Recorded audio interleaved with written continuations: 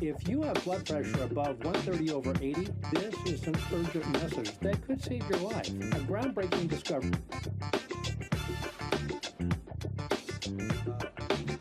Five counties he was convicted of.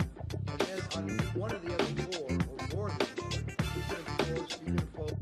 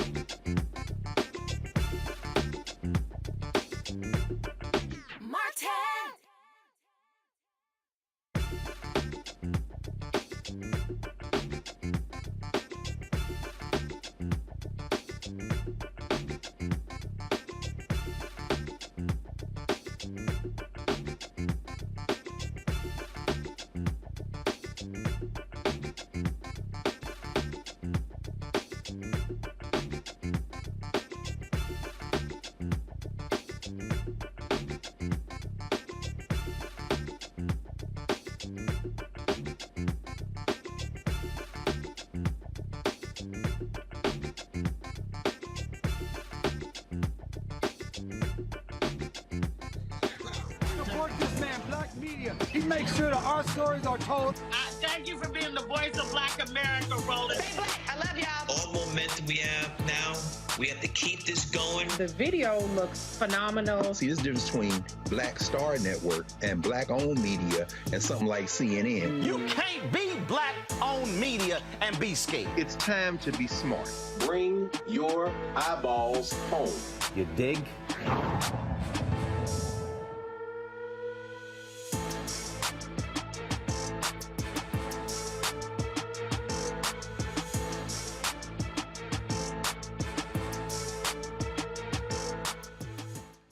Today is Thursday, March 10th, 2022. Coming up on Roland Martin Unfiltered on the Black Star Network, we will go live to Chicago, where Jussie Smollett is awaiting sentencing after being found guilty of making up a crime in the Windy City. Also on today's show, folks, we'll continue to break down the truth about HBCU funding in the federal government. Why do Black media keep screwing this up? And why do people keep lying and making things up? You keep hearing about this $45 billion that was promised to HBCUs. It was not just to HBCUs. I will explain again for the people in the back who don't listen. ProPublica and other media outlets investigated what's being called Louisiana's harshest juvenile lockup facility. The Acadiana Center for Youth at St. Martinville is a high-security juvenile detention facility with no outside oversight, where teens were held in solitary confinement for weeks. One of ProPublica's reporters will tell us how the facility violated the state's policies. Two white men convicted of federal hate crimes in the Ahmaud Arbery case, they seek an acquittal because the murder happened on a private street. Really? Legal analyst Candace Kelly will explain what the story is. Also, Wednesday, folks, we told you about Connecticut's House Bill 5349, sparked by the deaths of two Black Bridgeport, Connecticut women. Tonight, we have one of the bill's sponsors, the attorney Darnell Crossland, for one of the families will be with us to talk about what's next in getting the law passed. Colin Kaepernick's organization, Know Your Rights Camp, has launched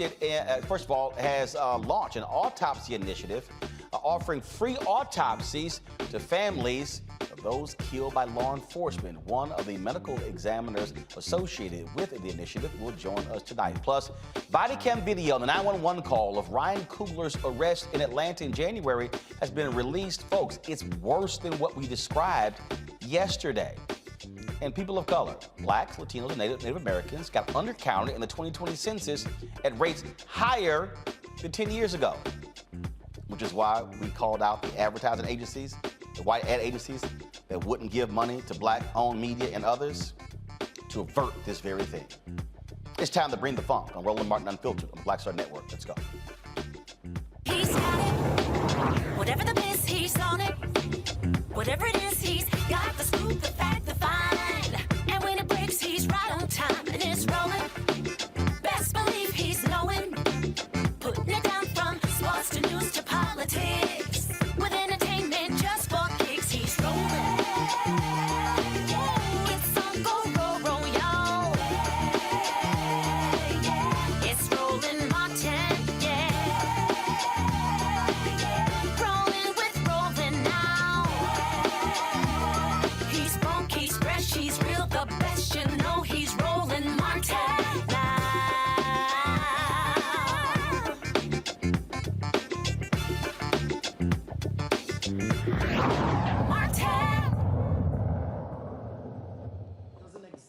Folks, this is a live look in the Chicago courtroom where Jussie Smollett is awaiting sentencing in his case. It has been going on for several hours. A little bit earlier, his lawyers tried to get to overturn the conviction, stating that a variety of things, including double jeopardy, because it had previously been adjudicated. The judge rejected that, said he indeed got a fair sentence. Let's listen to what some of the lawyers are saying. Are before February 15, 2019. Why is that important? It's important because on February 15, 2019, the Oshundaya brothers, according to testimony, confessed allegedly to this incident.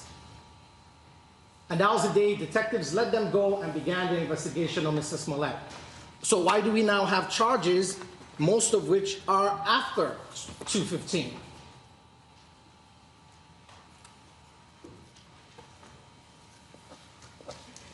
Judge, the second point I'll make is we're asking you to adopt the previous sanctions. Mr. Webb tries to dress it up like a forfeiture. Call it what you want. Mr. Smollett was fined $10,000. Black Law's Dictionary, that's a fine. You can't punish a person twice. And I know you've denied the motion, that's fine, but that's not why I'm bringing it up. Because there's an Eighth Amendment issue here, cruel and unusual punishment. Punishment that is too severe. All right, folks, and again, they are presenting witnesses to testify to his character. They brought up, of course, his civil rights work.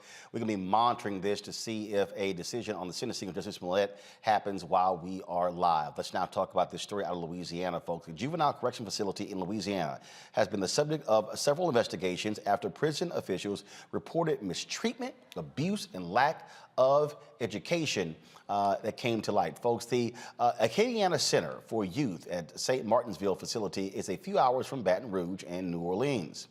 ProPublica teamed up with other news outlets to investigate the treatment of teens at the facility. They uncovered how the teens were held in solitary confinement nearly 24 hours a day, shackled, not receiving mental health or substance abuse treatment. These teens, of course, screamed and banged on walls daily. An anonymous staff member provided a recording to ProPublica. Folks, I want to warn you, again, what you're about to hear is extremely disturbing.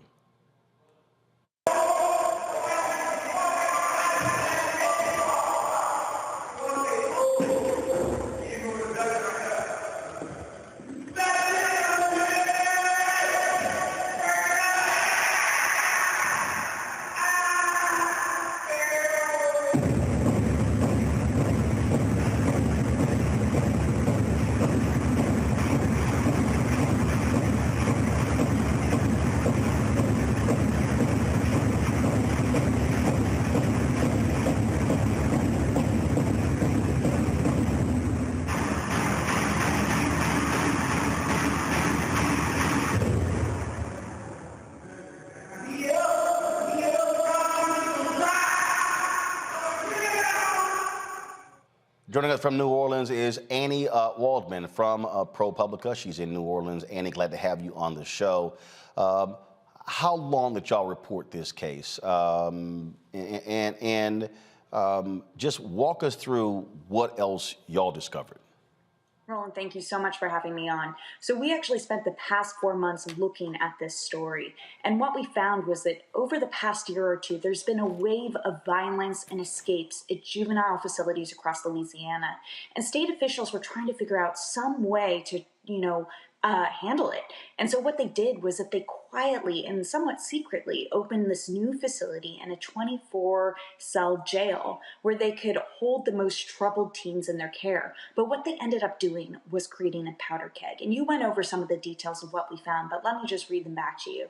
Essentially, these kids were held in round-the-clock solitary confinement, 23, sometimes 24 hours a day, with little education, no substance abuse counseling, and very little programming. They were shackled with handcuffs and leg irons when they were let out to shower, and they were given all of their meals through a slot in their doors. At least 2 of the teens in this facility harmed themselves so badly that they required medical attention. Some of the kids destroyed beds and shattered light fixtures, acting out most likely due to this kind of treatment, and they used the metal shards from the lights to hack holes in the walls large enough for them to escape. On several occasions, the guards responded to these transgressions with violence. 3 slammed door hatches on teens' hands, 1 struck a boy with his knee, and he even fired pepper spray into a cell where a kid was there handcuffed, leaving a teen coughing and vomiting.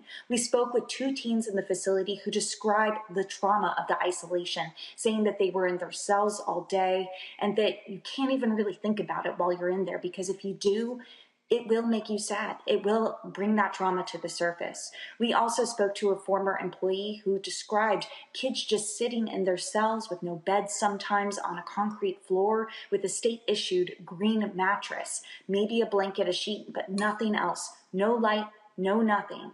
And that's really kind of what we found when we started looking into this.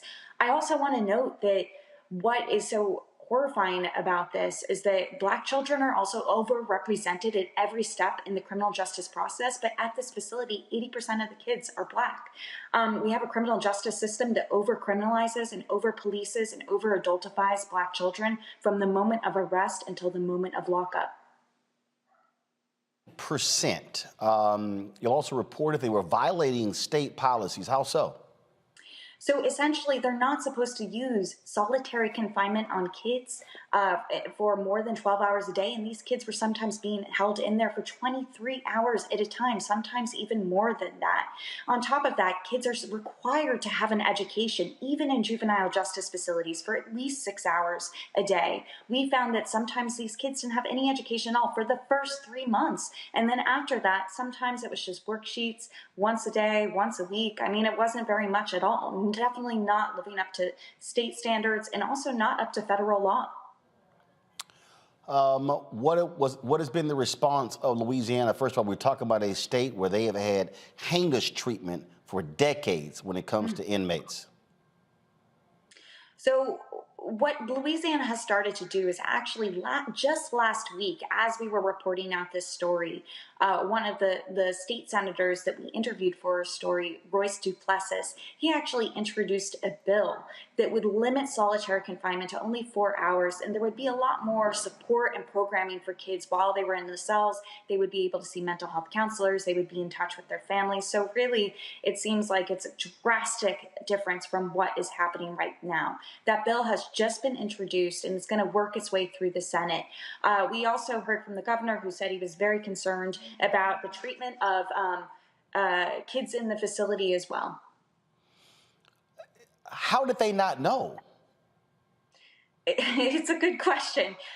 So essentially what happened was that the Office for Juvenile Justice of the state, they wanted to find a way to deal with these kids that they, could not handle in the facilities very quickly. And so they put this together in a course of just a couple of months. It doesn't seem like they informed any of the juvenile judges about this. They didn't inform any of the parents that they were transferring their kids from these more rehabilitative dormitory-like settings into this very prison-like setting. They didn't inform the lawyers about this as well. So oftentimes lawyers wouldn't even know where their kids were at. I mean, it's shocking the amount of secrecy, quote unquote, which is what advocates have called it, the state has kind of been operating under when they opened up this facility. So that's it? The governor expressed his concern? That's it? At this point, I mean, we're hoping, it's only been a day since we published this, and as an investigative reporter, I believe that impact is the most important thing we can get from our reporting. So we're hoping that there are other politicians across the state and who might take this up and do something about it. Absolutely stunning. Well, this is one of the reasons why reporting matters, the amount of time that y'all spent on it. I tell people all the time, look, this stuff doesn't happen in a day or two. It really takes a lot of digging. So absolutely great reporting by ProPublica. Folks, please go to ProPublica's website and check out this critically important report. Annie, thanks a lot. Thank you so much. I'm going to bring in my panel right now, Dr. Larry Walker, Assistant Professor, University of Central Florida, Reese Colbert, founder of Black Women Views, Dr. Craig Carr, Department of Afro-American Studies at Howard University. Greg, I'm going to start with you. Louisiana, as I said, if people want to understand what when we hear these stories about Guantanamo Bay, we hear these stories about how people are treated in prisons in Egypt, Iraq, Iran, other places. Yeah, I think you can put Louisiana in the same category. Well, yes, we should. In fact, we should put it there first. Typically, when the United States government is engaged in criminal behavior overseas, they will refer to the places they disappear human beings as black sites. I think that is absolutely incorrect. They should be called around the world, and here in Louisiana, which prides itself, by some call itself the lockup capital of the world, white sites. This is a white site that was opened in last summer, and the Department of Education, as you said, as you were talking to her, wasn't even informed for months. And as she walked through it, as you know, we've all read the report, the educator they had on the ground was 84 years old, a retired educator who then said they couldn't come back because of health reasons, then passed away, and they haven't met anybody since. So, Roland, I think the last question you asked her was the salient question. What does the governor think? Now, we know yesterday John Bel Edwards vetoed the attempt by the White Nationalist Party to draw maps to put white nationalism in power in Louisiana for the next 10 years. And, of course, we're going to see that in the courts. The White Nationalist Party in Louisiana is 3 seats short of a supermajority in that state. They have no intention of reform. This is a battle that we're going to have to fight by doing exactly what you're doing, and it's leading the broadcast tonight for a reason. This has to be made public. Yeah. Absolutely shameful in this, Reese. Again, we're talking about this is juveniles. People need to understand, this is the same state where the case went all the way to the Supreme Court in terms of sentencing juveniles to life in prison.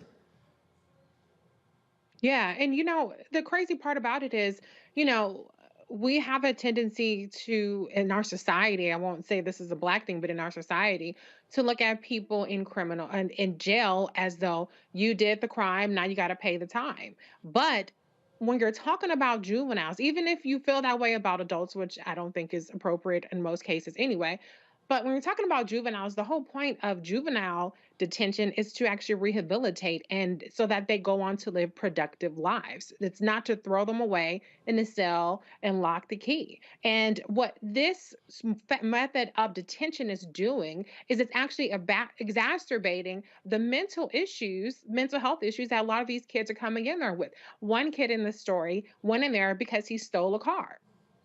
And so in bouncing around a bunch of different detention centers, he ended up in this place in solitary confinement. And so when you hear that gut-wrenching audio of these kids, yelling out, crying out, it's torture. And it's unnecessary. And yes, you can point to the way that they're lashing out violently. Of course they are, because they're being tortured. Anybody would respond in that way to get the hell out of those cruel and inhumane situations. And so, as you pointed out, and as Dr. Carr pointed out, Louisiana is a beast of its own, but we have to take a hard look at and demand better treatment for Black juveniles in particular, because however the rules are, they're always going to be applied most harshly to Black kids. A white kid on a joyride is not going to end up in solitary confinement for 23 hours a day. The key right there is torture, Larry. It's torture. American sanctioned torture. Yeah, Roland, I was just in Louisiana this past weekend. And listen to the audio, as a parent and as a Black male, because we know predominantly these young men, Black male young men. And it is about how Black people are dehumanized, right? So let's talk about a few stats. We know that Black children in pre-K through 12 settings are 3 to 5 times more likely to be suspended or expelled, right?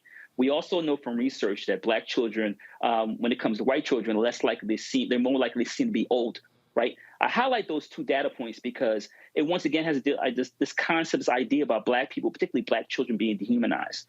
So it says a lot about a society in terms of how you treat your children, right? So you have children being confined to a jail cell for 23, 24 hours out of a day. There are those of us who can't even spend an hour in their office. So let alone you have people who are being constantly traumatized for each day, each week, each month in a cell with no light, possibly no bed. It's once again how we dehumanize Black people. And I tell you what, Roland, if our country is continuously dealing with this pattern of race-based violence, and you cannot expect, well, for certainly they don't expect to rehabilitate these young people, but you cannot treat humans like this. And once again, Black folks are consistently been treated like this throughout our nation's history. And let me all know something else, Roland, that's really important. I hope people don't think that Louisiana is the only place where this is happening, right? Because we hear stories like this periodically, right? If this wasn't reported, then it would continue to go. It would continue to happen. And then folks at the state level know this is happening. It's like this wasn't happening in isolation. And lastly, Brother Carr kind of talked about black sites, not using the word black sites, right? This is something out of some kind of spy novel, right? And once again, we talk about America, how we treat children and how we criticize other nations on human rights violations. But I'd say one thing, I see you, America. Indeed. That is exactly what we see, and it is unfortunate. But again, when I talk about torture, we talk about how we treat people in this country, and the response from folks there is simply insufficient to say we're disturbed. No, there should be immediate hearings in Louisiana. There should be immediate moves to terminate people. In fact, what the governor should be doing is ordering, well, it's a little hard to say the governor should be ordering state troopers into that prison, considering we have a cover-up in the state there as well when it comes to Ronald Greene case. And so Louisiana, across the board, you don't know who the hell to trust there to get justice in that particular state. Got to go to break. When we come back, we're going to talk about two of the white racists who killed Ahmaud Arbery. They're trying to appeal their sentence. We're also watching what happens in Chicago on the sentencing of Jussie Smollett. We'll also talk about HBCU funding and why do people consistently want to lie about the funding. We're going to give you the truth because we actually did what other people, so-called black media people, didn't do, is pick the damn phone up and double check and not rely on mainstream media's reporting. You're watching Roland Martin Unfiltered on the Black Star Network.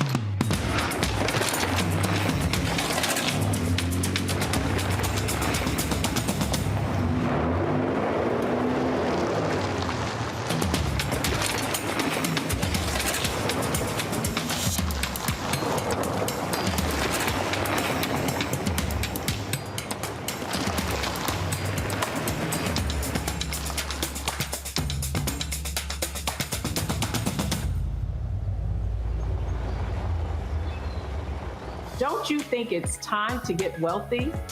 I'm Deborah Owens, America's Wealth Coach, and my new show on the Black Star Network focuses on the things your financial advisor or bank isn't telling you.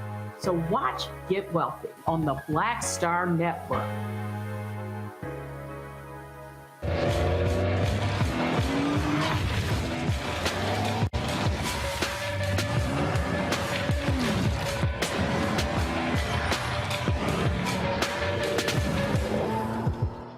Pull up a chair, take your seat. The Black Tape with me, Dr. Greg Carr, here on the Black Star Network. Every week, we'll take a deeper dive into the world we're living in. Join the conversation only on the Black Star Network. Hey, I'm Deion Cole from Blackish. Hey everybody, this is your man Fred Hammond, and you're watching Roland Martin, my man, Unfiltered.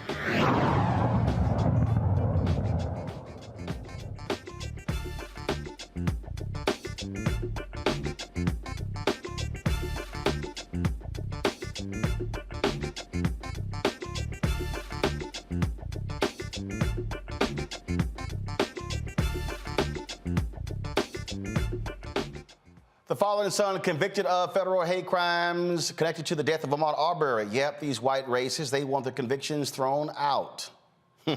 Yesterday, lawyers for Gregory and Travis McMichael filed for acquittals, claiming prosecution did not provide sufficient evidence for the conviction and the crime, quote, didn't happen on public streets. Really? Legal analyst Candace Kelly joins us right now. Candace, glad to have you on the show. So, explain this. What is this? What the hell is this? You know what? That's what everybody's asking. What exactly is this? You know, this is an argument that the defense attorneys are making just for father and son, not William Roddy Bryan, just for Gregory and Travis McMichael, saying that on these streets, they're saying that these streets were not actually federally or state-run streets.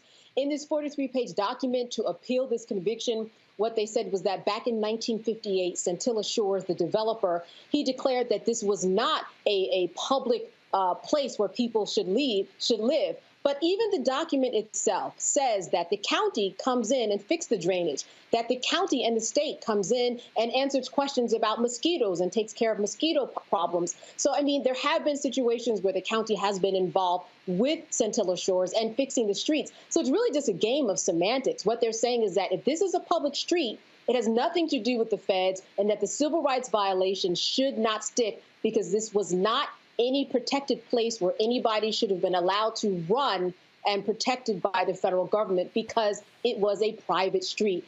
You know, this is actually an argument that they brought up during the court case. It didn't stick. I don't think it's going to stick now. The jurors, they saw through this, and this is why, Roland, these three men were convicted. So were there signs posted saying, hey, you cannot drive down this street because it's private? I mean, there are private streets, but if they're making this case, what they're trying to say, he was trespassing on a private street? Exactly. They're saying that this was a private street, but there were no signs. There was nothing indicating in this neighborhood that this was private. And in fact, as I said, when there were problems, they would call the county, they would call the state. In essence, they would call the government. And it's the government who brought these charges, which is why none of it makes sense. All the things that you're indicating in terms of someone who lives in a property or in a neighborhood that is private, it is designated as so. It would have a gate. It would have a sign. The people would, in effect, know that this is what it was. It seems after all this was said and done, even the attorneys and the McMichaels didn't know that this was actually private property as they are claiming, because it is not. You might have one thing on paper. You might have the developer saying that I want this to be private. But if you are treating it like it's public and everybody recognizes it as it's public and the state is treating it as it's public and that it's coming to fix things and answer calls, it is public by default. Quite interesting there. While you're here, I got to ask you this here. We're following the Jussie Smollett case out of Chicago, and literally the sentencing hearing is still going on. I saw some of it earlier, and there was something that his lawyer said that I found to be quite interesting. They said that the case had been adjudicated, that the charges had been dropped, they had agreed to community service restitution, and then after this special prosecutor comes in to examine it, then they file literally the same sort of charges. They argued double jeopardy, and the judge rejected it, but they went through this whole deal and said, wait a minute, the case has been adjudicated, why are we back here? Do you think if he gets, first of all, he's been convicted, they're going through sentencing, but the arguments they laid out, does he have a good appeal? Oh, I think he has an amazing appeal. I don't see why we are here. Now, I'm not saying that the evidence that he brought to court held up and that I believe Jussie Smollett. But let's talk about Cosby, right? That was a procedural process, and that's why he got off. There was a mistake that was made. I think here, too, there was an agreement. Everybody agreed that, as you said, he would do community service. It was adjudicated. Everything was signed, sealed, and delivered. I mean, he's got all types of support from Rainbow Push and actors and people who are supporting him because of this fact that this was a done deal. Why was this opened up? Because it was Jussie Smollett. That's why it was opened up, because they wanted to make him an example for everybody else. And remember, too, at the time when Jussie Smollett really took off, R. Kelly was also in Chicago too, and the police, they were being embarrassed by him because he kept on getting off until he finally was brought to justice. So at that time, they were really trying to figure out how to save face and make sure that people recognize them as somebody that, could, serve and protect. Because as it seemed as though they couldn't serve and protect, so they made an example of Jussie Smollett. They opened this case again. This is an amazing case for an appeal. I myself don't even see why we are here, Roland. This was actually the quote here. His attorney said that the charges were dropped. There was an immunity type agreement in which charges were dismissed in exchange for 15 hours of community service and a $10,000 payment. And quote, he was promised not to be called back into court, but that was exactly what happened.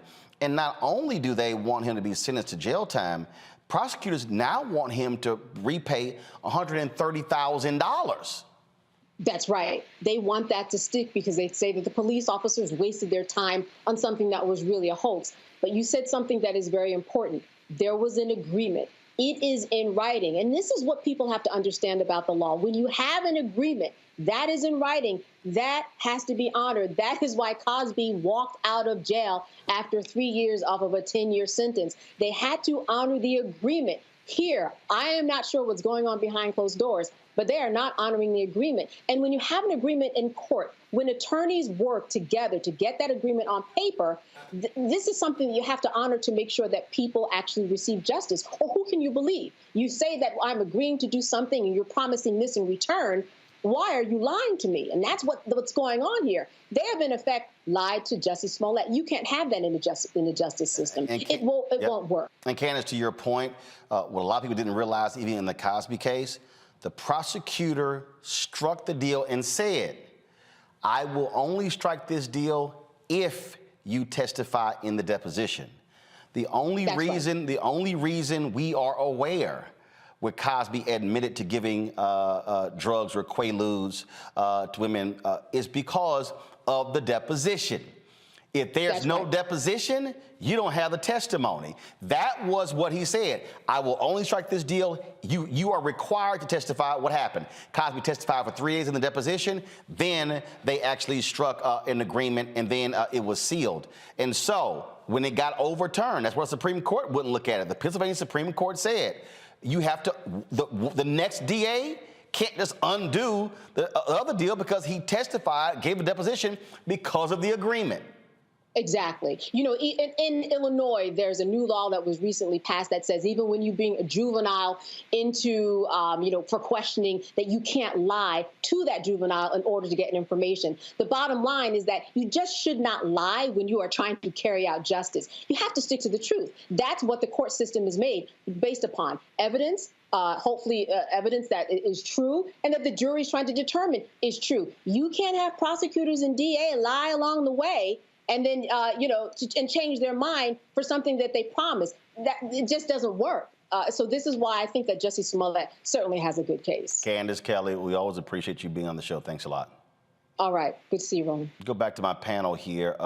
Greg, I'll start with you. You, of course, teach classes there, Howard University Law School. You finished from Ohio State's law school. Here's what's interesting here. Go to my computer, please. Again, I'm laying out here. State's Attorney Kim Foxx, her office dropped the charges. They dropped the charges, agreed to community service. He had to pay $10,000. But then people were so pissed off with that, a judge appointed a former U.S. attorney, the U.S. Assistant Attorney Dan Webb, as a special prosecutor, and they later re-indicted Smollett, which led to his conviction. Now, here's what's interesting. Webb's report on the state attorney's office decision-making in the case was unsealed after Smollett's trial and said his team determined that Foxx had committed, quote, substantial abuses of discretion, but found no evidence of criminal conduct or influence peddling. Kim Foxx is duly elected by the people of Cook County to adjudicate cases. And so what you have here is these folks in Chicago were so pissed off at him. You had Rahm Emanuel blasting him out there. You had the superintendent, the police chief blasting him, the same superintendent who was found asleep behind his wheel, passed out, and they had to basically drive him to his house. He later resigned, and they still ain't told us really what happened there. So this is not, let me be real clear, this is not, oh my goodness, you caping for Jussie Smollett. This is the thing that I think people have to understand. The Supreme Court, it says equal justice under law on the Supreme Court. Okay? The law is the law. Folks were pissed off that Bill Cosby was released. But as Candace said, that was it was a technicality, but it was still the law. If the law is supposed to apply to people evenly, the law is the law. In this case, these folks in Chicago were pissed off and they said, no, we're going to put your ass in jail. We're going to make an example out of you. That's really what happened here. Yeah, Roland, and you're right. Of course, Kim Foxx is an officer of the court. And did Smollett rely to his detriment on the word of officer of the court? Perhaps that's the case. And really something you just said is really important for us to focus in on among everything else that you've been discussing with Sister Candace. The question of technicalities, you can't, if you're talking about law, the law is politics, of course. That's the larger field it operates in. But technicalities, that is the essence of law when you start talking about fighting for your clients. And with all due respect, I mean, what you said, it cuts both ways. In Chicago, because of that reliance, perhaps, and because of the fact that politically, while Kim Foxx may be a sacrificial lamb, it doesn't escape the fact that they're all part of the government. It might cut toward Jussie Smollett. But in Georgia, and this is where I'm a little, I wanted to ask Sister Candace, that's not a small thing. When you start talking about state action, you start talking about private property. This goes back to enslavement with the Dred Scott decision when Roger Taney basically created two types of citizenship. Citizenship in the United States and citizenship in the state that you're in. When you start talking about, when you look at the filing, when you look at and I'm looking at it now, the filing that the United States District Court in the district court that the feds put up for the federal case, in the kidnapping charge, they say that these two guys used their truck as a instrument of interstate commerce. See, interstate commerce is the hinge that all of the civil rights cases fall on that allow the federal government entry, because there was created this fiction that a state somehow is different than the United States when it comes to prosecuting civil rights cases. I'm not saying these two guys are going to have their sentences reversed, but I'm saying it's bigger than a technicality when you start talking about private action, which is the way they've been hiding from punishing people for being racist since Reconstruction, and the federal government. I don't know that, I think the technicalities cut both ways, Roland, and I think it was very important that you put that term into our conversation tonight. It might be one way in Illinois, it could be another way in Georgia. But here's what I need people to remember something, Reese. When Wanda Arbery went off on Kristen Clark and the federal prosecutors for striking that plea deal. First of all, the plea deal was her attorneys were apprised of it the entire time. They told me that. So her attorneys were aware of that. Here's the thing that people, and there were black folks who were just dragging Kristen Clark because people wanted to hear guilty. Here's what they all missed. First of all, they admitted guilt. Two, it would have been found guilty. But here was the third piece. The third piece was they could not appeal their plea. Right. So, in this case, they are appealing their plea. Not saying to be successful, it could very well fail. But the point is, what they did, but the part of the plea agreement was, you are going to serve 30 years after your state. And people are like, well, no, they should go to this. Because part of the deal with Wanda Arbery, she wanted them to go to state prison first because that was considered to be more heinous than federal. But the difference was they could not appeal the sentence. That is an important distinction. Absolutely. And, as Dr. Carr says, it cuts both ways. Do you want the moral victory of saying they were convicted, or do you want the moral victory of having their asses locked away for 30 years, no matter what, with no benefit of appeal, because they're even appealing their state charges. So, that was her judgment call to make. Parents or, families of the victims are empowered to reject or to want to fight against the plea deal. And that's what she did. But, then this kind of prolongs the situation. And it does, I think, add anxiety to the fact that, the technicalities, which is no small thing, as Dr. Carr pointed out, could reverse what appears to be accountability, at least for the moment. But on the other hand, technicality and politics go hand in hand. And so, in the same way that the politics didn't serve the technicalities for Jussie Smollett, the politics may not serve the technicalities for the McMichaels murderers. So we'll have to see how that plays out. But I think the bottom line that just strikes me, and I'm assuming we'll hear the verdict at some point this evening. It's already been 4 or 5 hours. This has been going on for what should really be a misdemeanor. The thing that's just most striking to me as a former Chicago resident, talking about Kim Foxx came to be the state's attorney because of the Laquan McDonald cover-up with Jason Van Dyke. That's where the priorities of the Cook County voters are with. Stopping police brutality, stopping cops from getting out of a vehicle and shooting a Black person 17 damn times. That's where the priorities are, not with Jussie Smollett and whatever happened in this situation, whether you believe he made it up or not, whatever the situation may be. I don't think that that's where the priorities were. I was a Chicago resident at the time, and if I were still a Chicago resident, I would say move the hell on. We done been through a whole ass pandemic. We got a whole new president. There's a whole nother ass war going on overseas. And today in the city of Chicago, for 4 hours and counting now, they have been talking about this old ass washed up case that had already been adjudicated. It's ridiculous. Larry, it's a low-level felony. That's what it is. It's a low-level felony. And with Kim Foxx's office, before they said, this is why we plea bargain these things all the time. They said, these don't go to trial. That's right. Yeah, this is kind of reminiscent on money, power, respect, right? If he wasn't a celebrity with power, we wouldn't be having this conversation. We wouldn't even know anything about this case, right? And, obviously agreed to with, the community service hours and to pay the fine. Like I said, we shouldn't be having this discussion. But, Dr. Carr talked about, being elected officials, but also talked about politics, right? And it's something that I know really well. But, in terms of how when political figures or other people with a perceived power get involved in incidents that should have been resolved, obviously this was resolved months ago and was resolved. This, once again, bubbles back up, and here we are having this conversation again.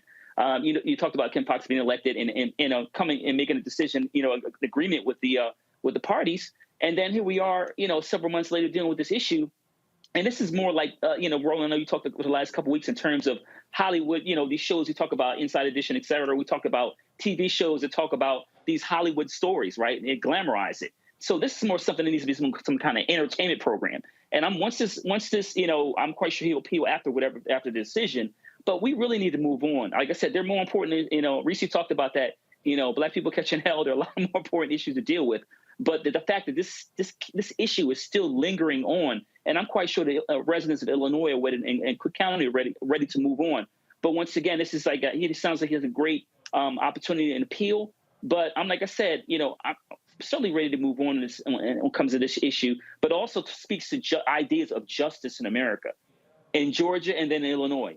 In Georgia, initially those individuals who were responsible for murder weren't even arrested. Right. And here we are months later dealing with the same issue in Illinois over a low level crime that was committed. And like I said, this idea of justice and a sense of duality we have in America. Indeed. All right, folks, got to go to a break. When we come back, Roland Martin Unfiltered, Vice President Kamala Harris is in Poland. We'll show you what she had to say today. Also, we'll talk HBCU funding as well as efforts to change a law in Connecticut that notifies family members when one of their loved ones has passed away. You're watching Roland Martin Unfiltered right here on the Black Star Network. Don't forget to download the Black Star Network app. We want to get to 50,000 downloads, Apple phone, Android phone, Apple TV, TV, Android TV, Roku, Amazon Fire, Xbox One, Samsung Smart TV. Also, please join our Bring the Funk fan club. Every dollar you give that goes to support our show makes it possible for us to do what we do. We want to thank so many of you who have contributed to our show, joining our fan club. Our goal, of course, is to get 20,000 of our fans contributing at least $50 each. That's $4.19 a month, 13 cents a day. And I had somebody on my Instagram account who said that I had a wrong business model. I told the dear brother, I said, well, because he said you should be going to a subscription model. I said, brother, not everybody can pay a monthly subscription.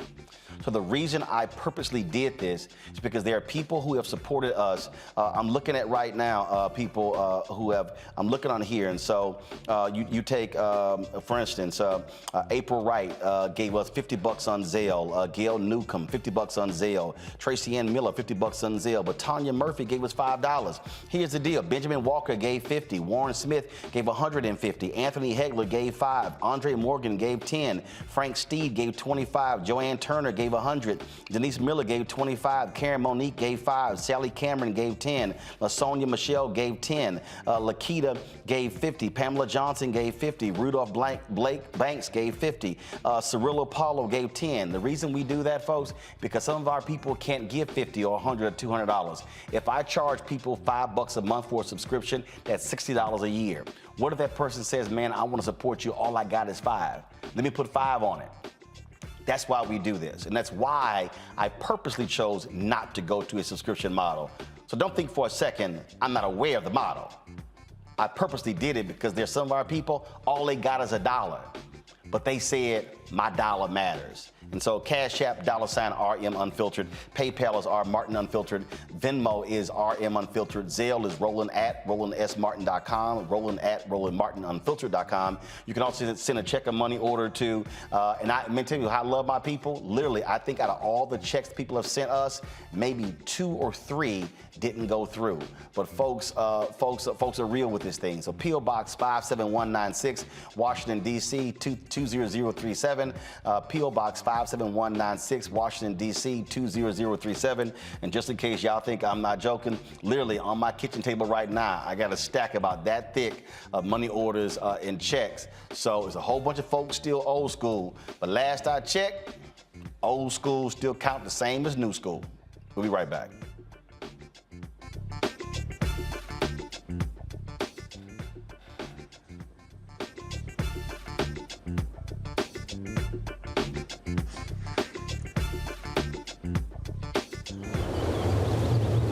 Look at y'all with the shot.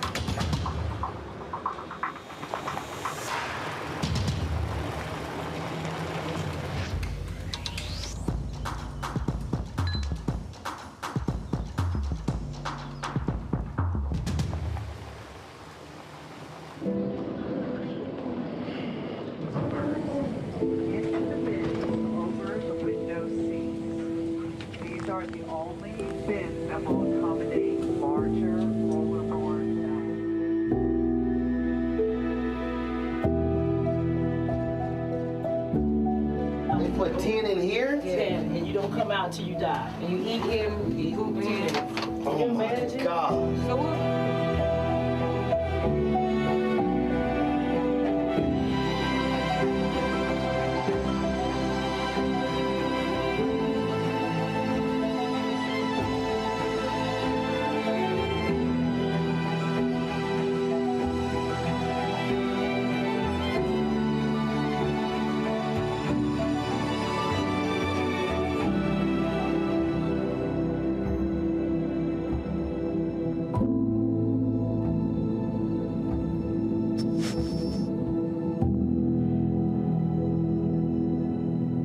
When did the damn woo-woo song just become like stupid crazy? I came home and I'm playing it around the house, you know, and my daughter was 3, Tiffany was 3 years old at the time. So I'll tell you how long ago. Yeah. And she kept walking by singing woo-woo, and she said, Dad, I love that woo-woo song. And I'm like, you can barely talk. That's not the woo-woo song. It's called You Should Be Mine. No, it's the woo-woo song. I called the songwriter and I said, my daughter said, this is the woo-woo song. And they said, well, maybe she's right. So they kind of named it the You Should Be Mine, but in parentheses, it's called the woo-woo song, right? Wow. So the record company went out in the street with microphones in the city and had people sing woo-woo-woo. And people were going crazy over just singing, can you woo-woo-woo? And that song just blew up. And from then, now people call me the woo-woo man. I'm like, the woo-woo man, exactly.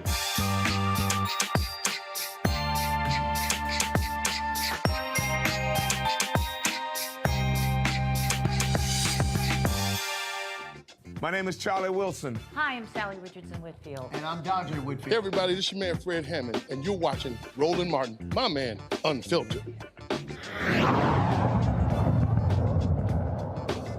Wednesday, we told you about Connecticut's Judiciary Committee hearing for HB 5349. The deaths of 2 black women sparked the bill. Of course, we're talking about Lauren Smith Fields and Brenda Lee Rawls. They died on December 12, 2021. Neither family was notified by any Bridgeport official of their loved ones passing away. The bill will require police to notify the family within 24 hours of the discovery of death or document the reasons why the family or next of kin hasn't been notified in that time frame. Joining me now from Bridgeport is State Senator Marilyn Moore, a co-sponsor of the bill, as well as the family attorney for Lauren Smith Fields, Darnell Crossland. Glad to have both of you on the show. Senator Moore, first and foremost, I mean, it was crazy when we first got the details of Lauren's death and then Brenda's death, and no one told the family. I mean, that's just outrageous. Not only is it outrageous, it's shoddy police work, incompetence, and insensitive.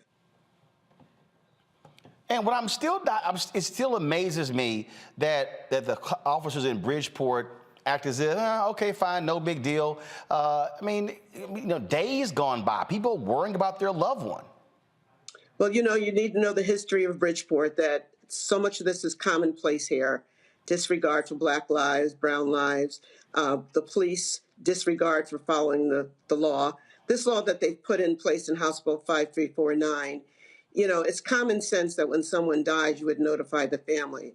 It doesn't take a degree. It doesn't take any special education. It just takes common sense and a love of the people and concern for people.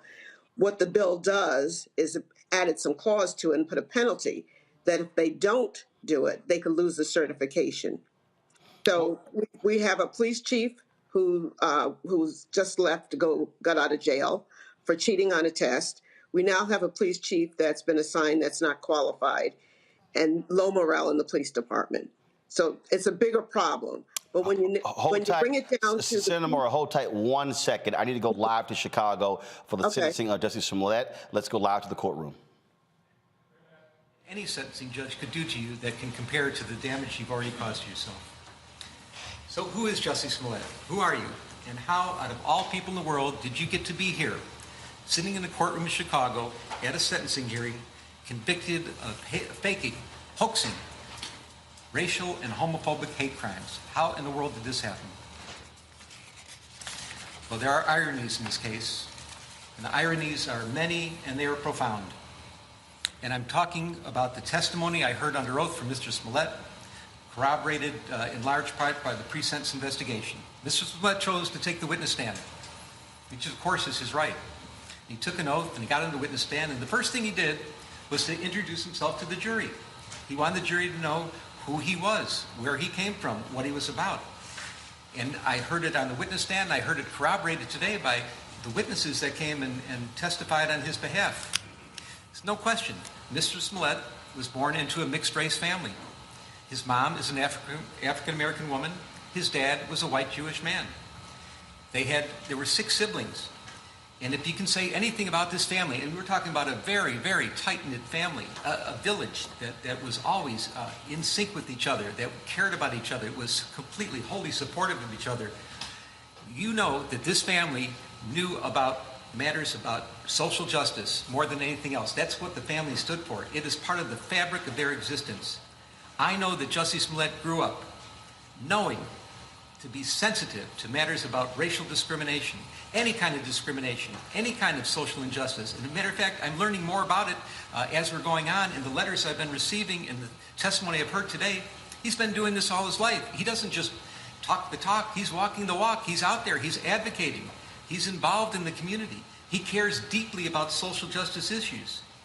And for you now to sit here, convicted of hoaxing hate crimes, racial hate crimes, and homophobic hate crimes, the hypocrisy is just astounding. I don't know where to begin. I'll remember one thing that will always stick in my mind, and I've been involved in so many trials over the years, but something happened in this trial that it was remarkable. And it talks about your sensitivity to issues of social justice. You're on the witness stand. You're being cross-examined. Your liberty is at stake. It is your criminal trial. Mr. Webb is winding through some things on cross-examination, and he's going through some social media communications, and whether it was Instagram or chat or text, a little quibbling about that doesn't matter. But Mr. Webb found a line that he wanted to confront you with, and he said, "Didn't you say," and he used a word starting with the letter N, "meet me at this place at this time," and I'm paraphrasing.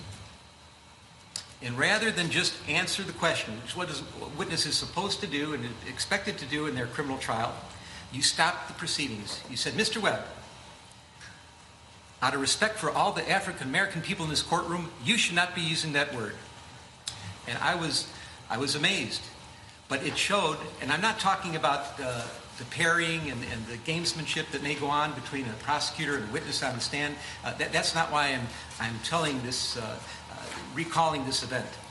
But what I'm talking about is how sensitive you were to any kind of slight, that anybody, if the wrong words come out of somebody else's mouth, you're going to get up and speak up and complain about it and make sure that they know that they're not behaving the way you're supposed to behave. So you know better than anybody else that these are serious matters. They're serious to you. They're clearly serious to you and as your whole family. And for you to be here now, convicted of these hate crimes, it's just astonishing. Faking hate crimes. So why did this happen? That's a good question. I think that's the question on everybody's mind. There's some conjecture you did it for the money. Frankly, I do not believe that you did it for the money. You were making, the evidence showed, close to $2 million a year when this happened. I don't think money motivated you at all.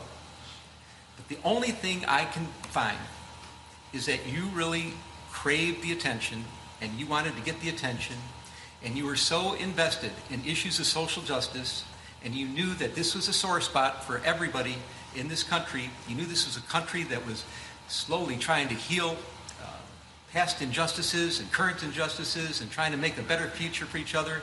And it was a hard road. And you took some scabs off some healing wounds and you ripped them apart for one reason. You wanted to make yourself more famous. And for a while it worked.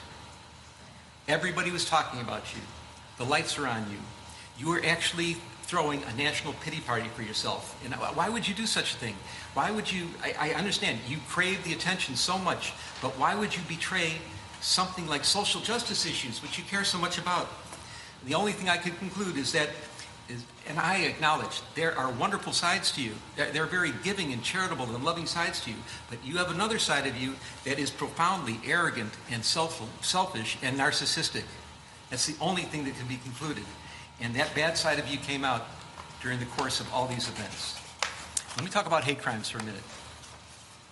I've been a criminal judge for many years, and I've heard many victims of crimes testify in front of me. And any victim of a crime, no matter what the crime is, they are demoralized by what happens to them. It doesn't matter if you're injured unjustifiably, if somebody hurts you and it maybe cripples you or damages you in some fashion that's going to be long-standing injuries. If your property is stolen, your vehicles are stolen, people go into your homes, your possessions are are stolen.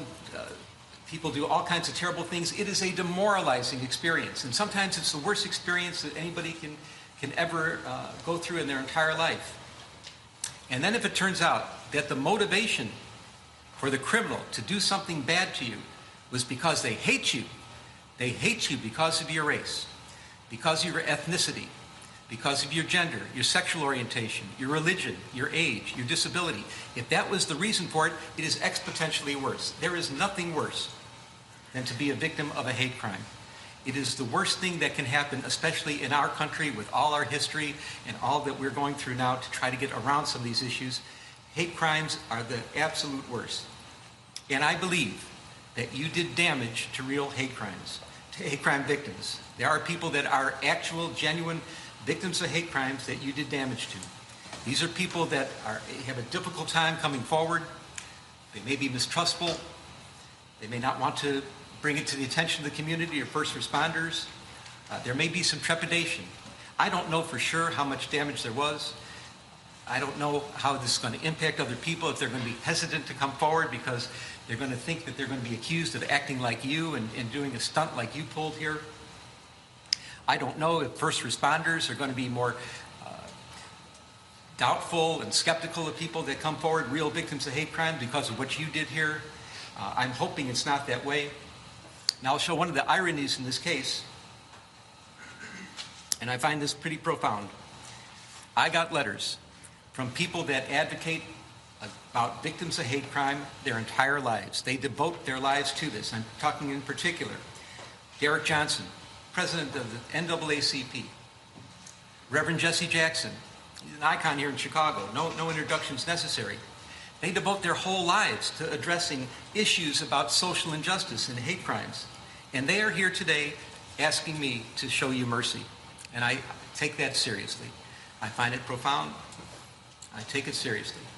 And I know that they're in a better position than myself to educate the public about that topic, about the damage you've done to real victims of hate crime.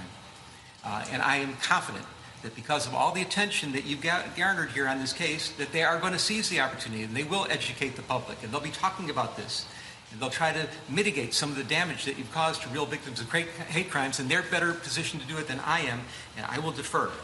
But I will acknowledge that you have done some real damage.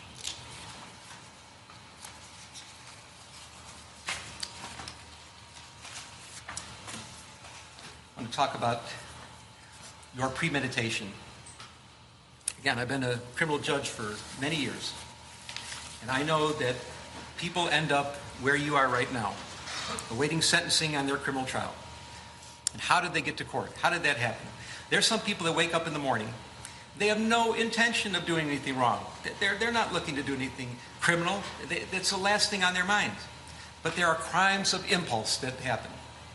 Road rage, a barroom fight, bumping into somebody, words are exchanged that somebody finds insulting, and sometimes weapons are available, and the results can be horrific, and they can be permanent. And people are sitting here and they're wondering themselves, how did I get here? I wasn't looking for trouble, but trouble just seemed to find them, and crimes and impulse. And when I'm saying that I have to put the person and the crime together and try to mix them and understand who it is that committed this crime within the sentencing range, and that's part of my job to do, I consider how the person got here. So, but this is not a crime of impulse. There are also crimes of opportunity. Walking down the street and somebody they left the keys in the car with the motor running, and they take the car. Or they're in the department store and they see someone put the credit card on this side and they go to adjust their baggage on the other side and grab the credit card. Those are crimes of opportunity. They didn't wake up thinking they're going to commit a crime, but something just looked too tempting to them. They use very bad judgment, and then they get in trouble, they get caught, and here they are. But then there are crimes of premeditation. Mr. Smollett, that's what you are all about here, crime of premeditation. You did wake up in the morning thinking you were going to do something bad and something wrong. And I know more today about this than I ever did before, that there are some wonderful things about you. And I know how people, they cherish you, and they cherish your relationships, and they cherish the good works that you've done. And they love you sincerely and deeply. And they're not faking, they're not lying when they talk to me about their feelings about you and the good things that you've done. But you had that dark side, And this is what happened here. You premeditated this case to an extreme that's amazing. You wrote a script. The script involved words. You're going to encounter me on the street, yell out empire, N-word, F-word. You're going to hit me. You're going to beat me up. You're going to put bleach on me. You're going to put a noose around my neck. It's a script that you wrote. Now, it's not a good script, especially for Streeterville in Chicago. It's questionable, but it's a script that you wrote. You picked out the actors. You chose the Oceandero brothers. And why did you do that? Because you knew them. You trusted them. They idolized you. You're an established actor in a serious television production of Empire. They were kind of hangers on there. They're trying to get jobs as extras, maybe a little speaking part here and there, but you were mentoring them. You were helping them. They wanted your advice. They would do anything for you. They thought you were one of the greatest people in the world to know, and that you could help them in their careers. They're in great shape. They gave you a little advice about diet and exercise, but they idolized you, and they would have done anything for you. And you chose them because you knew that you could trust them, that they were loyal to you. You paid them in advance by check. Not necessarily a good idea, but it was your idea. It was part of the plan that you would pay them in advance, and the check was out there. The check was shown into evidence. That was part of your premeditation. You chose a date. You chose a time. You chose a location. You had props procured. You gave them a $100 bill and had them get the supplies. What are the supplies in this case? Get masks. Nobody should see you. We're going to say that you're white, but obviously the Oceandero brothers are not white. We're going to cover your faces in masks. We're going to have a red hat because that's going to indicate MAGA country. We're going to get a rope that we're going to use as a noose. We're going to procure some bleach. You're going to have the supplies. Then you had all that together, and then you did rehearsals. You picked them up and you did drive-bys. You drove around and around the block. You picked them up in Lakeview in their neighborhood, and some distance away you went to Streeterville where you were living, and you showed them. You're going here, you're going there, and you're going over the lines. You're going over the script with them so they would memorize the script. You're indicating which brother. You're the one that's going to hit me. You're the one that's going to put the noose around my neck and pour the bleach on me. This was planned. This was premeditated to the extreme. And I find that your extreme premeditation in this case is an aggravating factor today. Let's talk about the incident itself. It's all set up. The Oceandero brothers are on board. Your plane is running late. Now, you had a chance right then and there to think, okay, I'm really late. I'm 4 hours late. This can't go down. It's freezing in Chicago. We're on the verge of a polar vortex. You might have just thought about it and said, you know, maybe it's not in the cards. Maybe the karma is wrong. I shouldn't be doing this. But no. You double down. You start communicating with the brothers through social media. Now, whether it was by texts or chats or Instagram, public or private, one way or another, you kept in touch with them. And there was some quibbling about the specifics about how you kept in touch with them, but they knew what time you were coming in, and now the time is pushed back to 2 o'clock in the morning in the freezing cold weather. It's double digits below zero at 2 o'clock in the morning. You have to have a reason to be out on the street. And the reason you chose is you come up with the story that you needed to get some eggs at Walgreens at 2 o'clock in the morning. If not that, you're going to go to Subway and get a sandwich and a salad and get something to eat at 2 o'clock in the morning in the freezing cold. You did one more thing. You got the Oceandero brothers. Now they're on board with you. You're using them as your patsies. You have your friend, you get your friend Brandon on the phone, and here's a man, professional man that's trying to help you in your career. You're not sure what town he's in, if he's in Australia or not, but you get him on the phone, and he's going to be your patsy also, because he's going to listen and be around on the phone to hear that you're being attacked by somebody. Now, he doesn't know what's going on, that it's really not an attack, but he's going to be able to corroborate your story. So you're getting that together. You got Brandon on the phone, you're out on the street, ostensibly to get some Subway, you get some Subway, and you're walking to where this is supposed to take place. Now, the Oceandero brothers, they're getting ready too. And they're doing this because you wanted them to do it on the sneak. No cell phones involved. Make sure nobody sees you get there. And what they think is some kind of clever way of getting there They have an Uber pick them up from their home in Lakeview. They take the Uber to Old Town. It's a different neighborhood. They get out of the Uber and they get into a cab. Now the cab is supposed to go to Streeterville, but not to the scene where this is supposed to happen, a few blocks away. So nobody actually sees them get out of the cab, and this works out the way you want it to work out. So they get there a little early, they're walking around, they're sitting on a bench for a minute, but at 2 o'clock, the time that you said this is supposed to happen, at the place you said it was supposed to happen, at the moment you said it was supposed to happen, they appear. So you're talking to Brandon on the phone, you have your subway in hand, and they follow the script. Hey, Empire, word with the letter N, word with the letter F. There's a scuffle. They pour bleach on you. Brandon's listening to this. They attempt to put a noose around your neck during the scuffling. You're getting a little abrasion and scrape on your face. A car goes by, and the brothers take off. They leave. They never did get the noose around your neck. So what do? You gather your belongings. You get the cell phone. You're talking to Brandon. Hey, did you get jumped? Yeah, I got jumped. I got mugged. Did you hear what happened? You're trying to make sure that he heard the words that were spoken. You grab your food, and you took the noose that they never did get around your neck, and you put it around your own neck. I repeat, you put the noose around your own neck.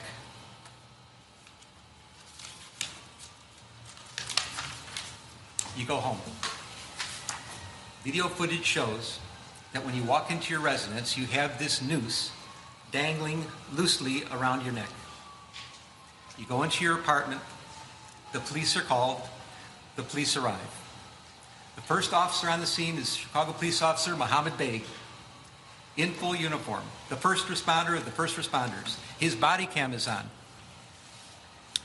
He sees you, and now he sees that that noose is around your neck, but it's not the way that you walked into the house. Now the noose is up at your throat.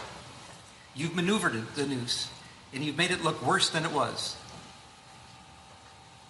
This is part of your plan. Officer Beg asks a simple question: what happened? And then you start to lie. And you haven't stopped lying ever since. You've been lying and lying and lying about this case, and that's why you're here today. You want to fake an incident on the street, try to get some attention at work, try to have somebody else feel sorry for you. That would never have got you here. The problem was you lied to the police, and you caused all kinds of consternation. You caused a major investigation to take place, which got many people involved and caused great stress throughout the city and throughout the entire community here, and that's the problem. That's why you're here now. Those were the crimes you're convicted of. Not the shenanigans out there, but the lying about it, making it up, and that's why we're here now. You repeated your lies at the hospital. 6 counts were put together. The jury found you guilty of 5 of them. One was a little bit different than the others, and I understand that. Let me say, from my vantage point, and I was obviously here at every stage of this trial, I thought the jury's verdict was accurate, correct, wholly corroborated, but what could only be described as overwhelming evidence of guilt against you for lying. That's the crime you're here for, lying to the police.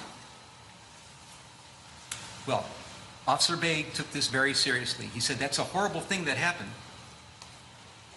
And he started the process of police investigation. Detectives got involved. You ended up at the hospital. All things were starting to happen, and this word got out. And you're not just any person. You have a little bit of celebrity about you. You were known in some circles as a very competent actor, a really good actor in a very serious television production called Empire, and people knew about this. And because you're a celebrity, and because you've been so active in all these social justice causes, and this is what is so unbelievable about this case, that you of all people are here convicted of hoaxing hate crimes. You who know better, who were out there in the world trying to be something for the good in social justice causes, that you ended up here right now like this. It's crazy, but you know people in high places, elected public officials. They reacted. You knew mainstream journalists. They reacted. You became the first page, your front page news. You're talked about in the halls of Congress. People are talking about making laws to prevent what happened to you to happen to anybody else. People on mainstream media are decrying what happened. What kind of country is this? How could they do this to Jussie? We know Jussie. He's such a gentle guy. He's the guy that was described to me by all the family and friends that I heard from today. And I believe that Jussie exists. But you use them as your patsies too. They were giving you the national pity party you wanted. They're putting you on the front page. All the attention is on you. People talk about social injustice. Your name was coming up first, which is exactly what you wanted. But you used them. If anything, people in those positions, elected public officials, mainstream journalists, their credibility is everything to them.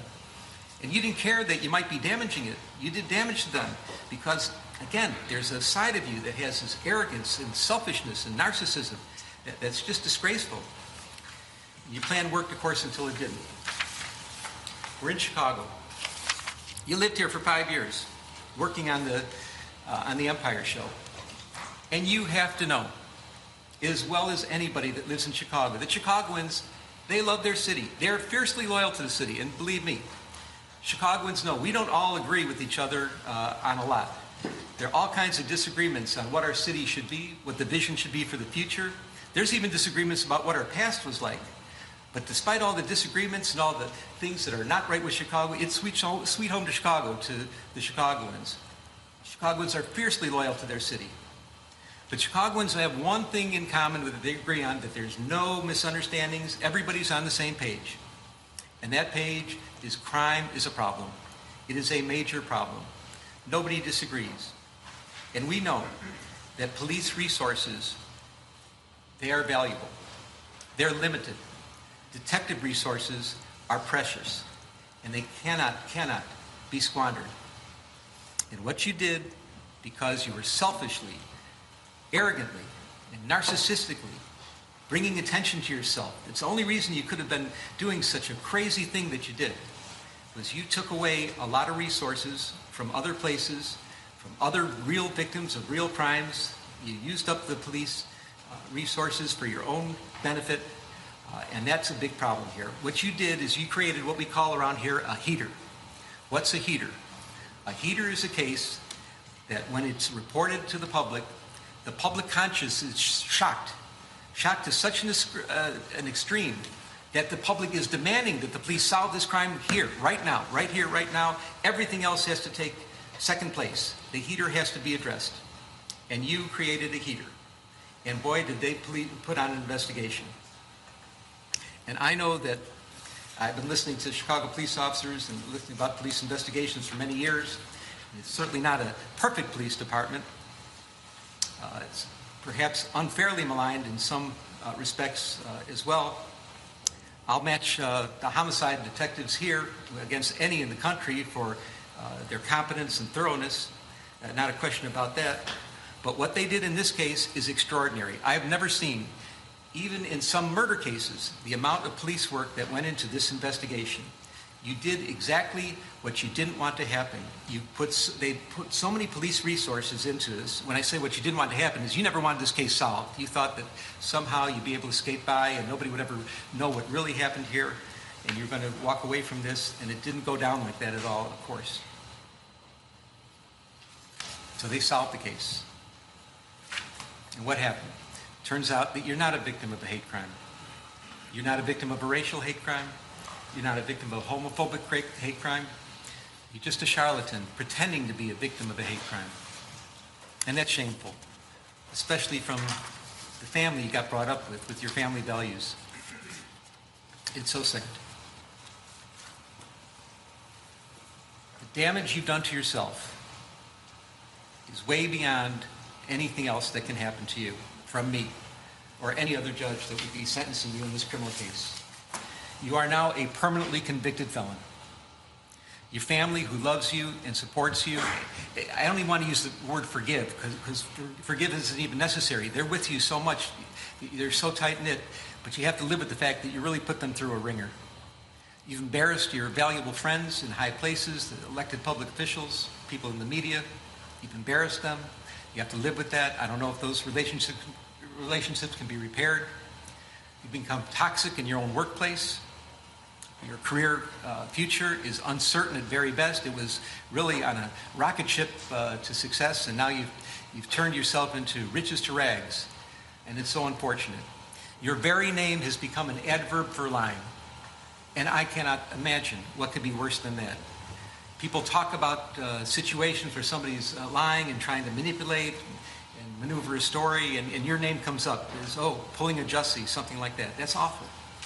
You're the butt of jokes. Comedians, mainstream talk show hosts, they make jokes about you. They do sketches about you. I can't imagine anything worse than that. Now, this is all self-inflicted. These are things you did to yourself. This is self-damage. Well, some people may think that what you did is funny, and that there's some room for humor or jokes about it. But I assure you, this court does not. I don't think there is anything funny at all about hoaxing and faking racial hate crimes. Hoaxing or faking homophobic hate crimes. I think that is disgraceful. There is nothing funny about it. There's no humor in what you did whatsoever.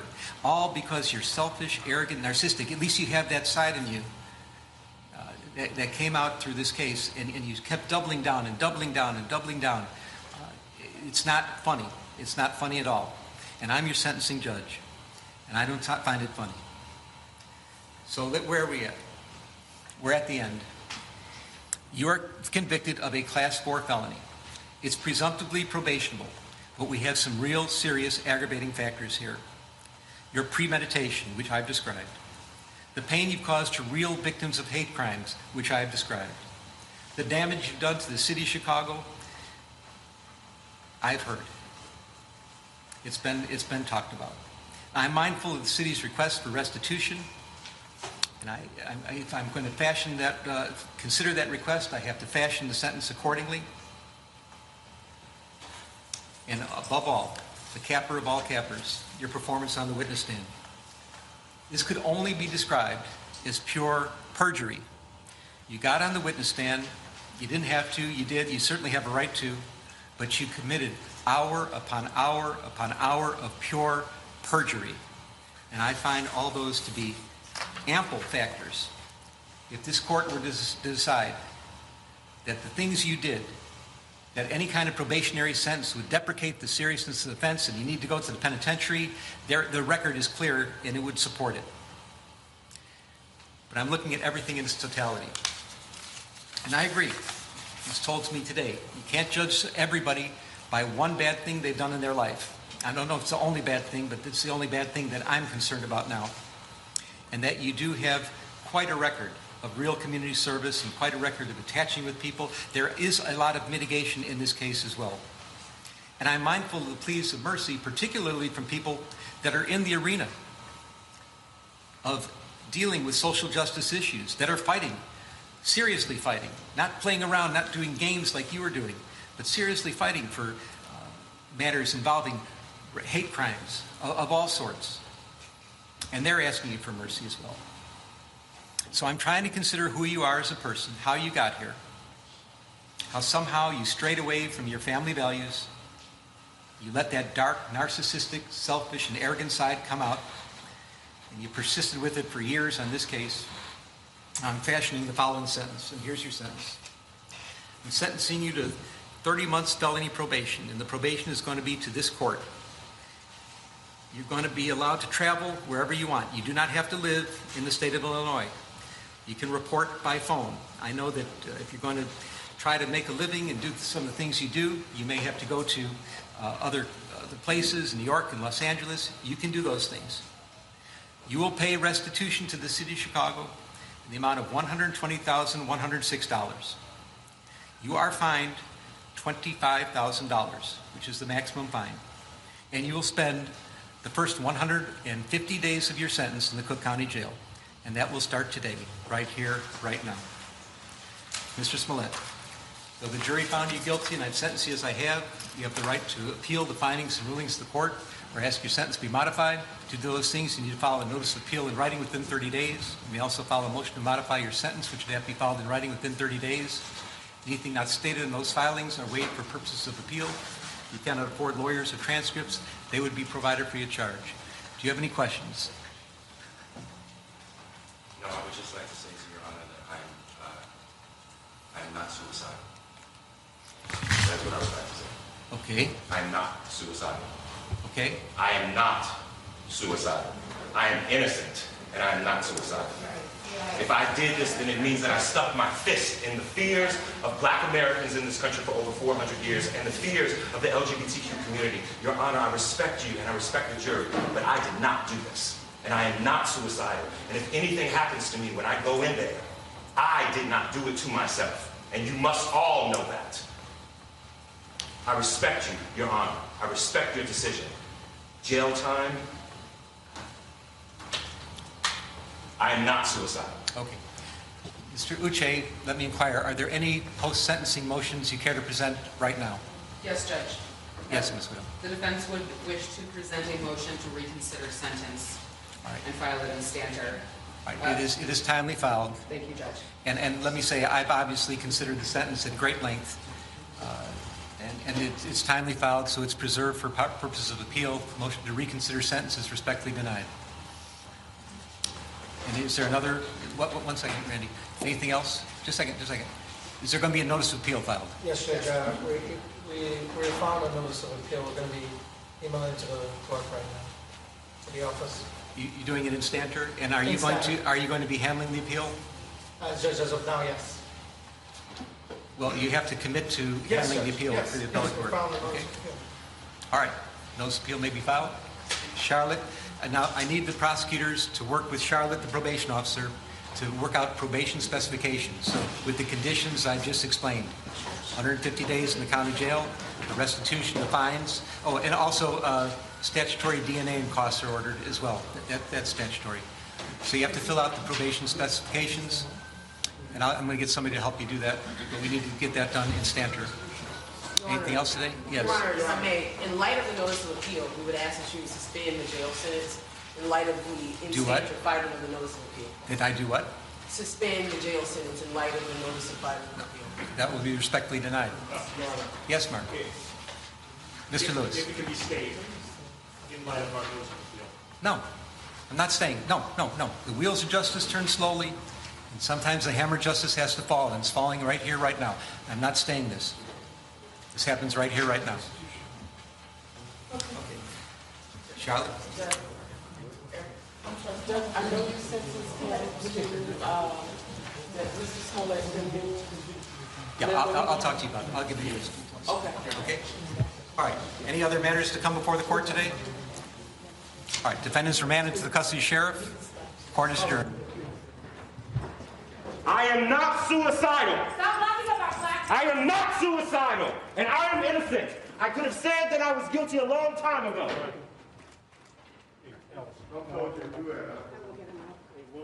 You are witnessing right here. What you're witnessing right here, again, is the end of the sentencing today of actor Jussie Smollett in a Chicago courtroom. The judge announced that Jussie Smollett will be getting 30 months probation, but he said the first 150 days will be spent in the Cook County Jail. What you heard there was Smollett. What you're seeing right now is Smollett's family. You see his sister, his brother. You see the woman on the right with the gray hair. That is Jussie's mother. They were all in the courtroom today. Clearly, this family is shocked and stunned. He's already convicted of a low-level, you heard the judge say, class 4 felony, a low-level felony. He was already found guilty. But for him to be going to jail for 150 days, that is what is shocking to a number of people. I know we were talking about the Connecticut case. I do want to bring in Attorney Darnell Crossland. He was here to discuss the Bridgeport case. We are going to go back to that. But Darnell, as a lawyer, I certainly want to get your perspective. This judge blasted Jussie, lashed out at him. You listened to what this judge he said a number of things to him in that long read up there. He said, give me 1 second, you're a charlatan. You're now a permanently convicted felon. Your very name has become an adverb for lying. You're the butt of jokes. Yeah, I'm shocked. I'm stunned. I was 2 years in the Bronx prosecutor's office, 17 years in private practice. And listening to this sentence, he clearly stated that there was a lot of mitigators here. And we know that people need to be incarcerated or a danger to the community. And it should be always a balance between punishment, rehabilitation, and deterrence. And I just didn't see any need for incarceration here. He's obviously committed to community service. There are so many people that spoke on his behalf. And I just think that putting this man in prison doesn't serve us at all. And I'm shocked. I'm almost in tears, not excusing any behavior, but it just didn't serve the ends of justice to me, that sentence. Greg Carr, I want to go to you. You hit the judge lay all of these different things out. He talked about a number of different things, called him a sociopath. He talked about his service and just went on and on and on. And remember, when the case initially happened, the first charges were dismissed by Cook County State's Attorney Kim Foxx. She said these rarely ever go to trial. We always simply plead these things out. He was given a fine of $10,000. Again, 15 hours of community service. You heard there, 30 months probation, 150 days in the Cook County Jail. Has to pay restitution of $22,000, fine $25,000 as well. This was Chicago saying we are going to throw the book at Jussie Smollett because of all of the attention. And the judge basically said it, all of the attention that this case received. Yeah, Roland. I mean, I'll be honest with you, brother. I've been texting back and forth. I hit you with a few lawyers I know, law professors. Man, everybody was sitting here with their mouths open. I mean, what we just saw, and I have paid no attention to this. I think it's a complete spectacle. But because it's a spectacle, what we just saw, hey, man, everybody should pay attention to what you just saw. You just saw a judge who basically, I guess, was doing his star turn and put everything out on the sink he had. I don't know what his story is. You just saw the sentencing guidelines evoked, but as you just said, counselor, you gave this guy 5 months. You saw him scared as hell, clearly. That's Cook County Jail. Some of y'all Chicago, I know Reese know what Cook County Jail means. He talking about if something happened to me, I am not suicidal. Look, this is serious business. And as far as final, I'll just say this right quick. I mean, this guy, James Lynn, the prosecutors, the state's attorneys apparently in Cook County don't like him because they've taken all of the cases that involve sex crimes away from him. Over the years, all of the crime, in many of those cases, he's given sex offenders lighter sentences. And so now they claim that the sentences are, that the trials are assigned randomly, but he doesn't get sex crimes cases anymore because apparently the prosecutors in Cook County thinks he's a little too lenient. Defense attorneys tend to ask him for more for bench trials rather than jury trials because he's known that way. So when we saw him there, I'm wondering if he's trying to repair his relationship with the police. I'm like, what is this guy doing? Anyway, I'd be interested in hearing what you think, counselor, because that seemed kind of bizarre to me. I thought it was interesting that he also said that you have now went from riches to rags. I mean, these conclusions are just beyond me. And I think it's outside of a jurist to talk about somebody going from riches to rags. It's almost like he was celebrating this guy's demise, talking about you've embarrassed the people in high places. I don't think that those, again, you're supposed to have a sentence that balances punishment, deterrence, and rehabilitation. If you can't find and strike a balance there without all these remarks that you're making towards this gentleman, and again, like our guest says, they put him in Cook County Jail where his life is in danger, and I'm not sure how that's going to serve the interests of the public. There's people who actually commit hate crimes that get less time than that actually get probation, violent crimes. So I'm not sure, how that judge ended up in that space. There were a lot of people who were reacting to what this judge was saying and how he went on and on and on. Reese, I saw your tweets. Certainly, you have a couple of thoughts about what we just witnessed in that Chicago courtroom. What we just witnessed was some straight up bullshit. Let's just be clear. This judge got his OJ. Because white folks been simmering ever since OJ got off in the 90s. And so any chance they get to smack a black ass motherfucker down that's rich, that's famous, that they can say he's fallen from grace, rags to riches, what that got to do with any goddamn thing, I don't know. They're going to take it. And that's what we saw. the way that he characterized Jussie, the way that he went in on him, he restated the whole damn case. And what have y'all been doing for the past 4 hours but stating all the shit that he just sat up there and stated? It's bullshit. It's about getting their OJ, and that's not even about innocence or guilt. It's about the fact that they don't like to see Black folks, what they believe, get away with something. So this was about smacking him down. To sit up there and say it was an aggravating factor that this was premeditated, all that shit he talked about was baked into these bogus ass charges, charging him 6 times for the same damn crime. If you want to believe it's a crime. That's all this was about. It's about humbling a wealthy, famous Black man. He completely set aside and disregarded all of the character witnesses and sentenced him to 5 months incarceration over what? And I don't believe anything he said about, oh, you're doing injustice to hate crimes. This shit happened 3 years ago. Okay? So what has happened? Where is the statistical data that says hate crime reports have gone down? They've gone up. Where hate crime convictions are harder to obtain? They're not. You want to talk about the cost to the city of Chicago? What about the fact that the city of Chicago for the past decade has put out $500 million of police misconduct, false arrests, improper search and seizure, police brutality, et cetera, et cetera. And you talking about this $130,000? If you fired one of the cops that has the highest amount of payouts, that would wipe out Jussie's books.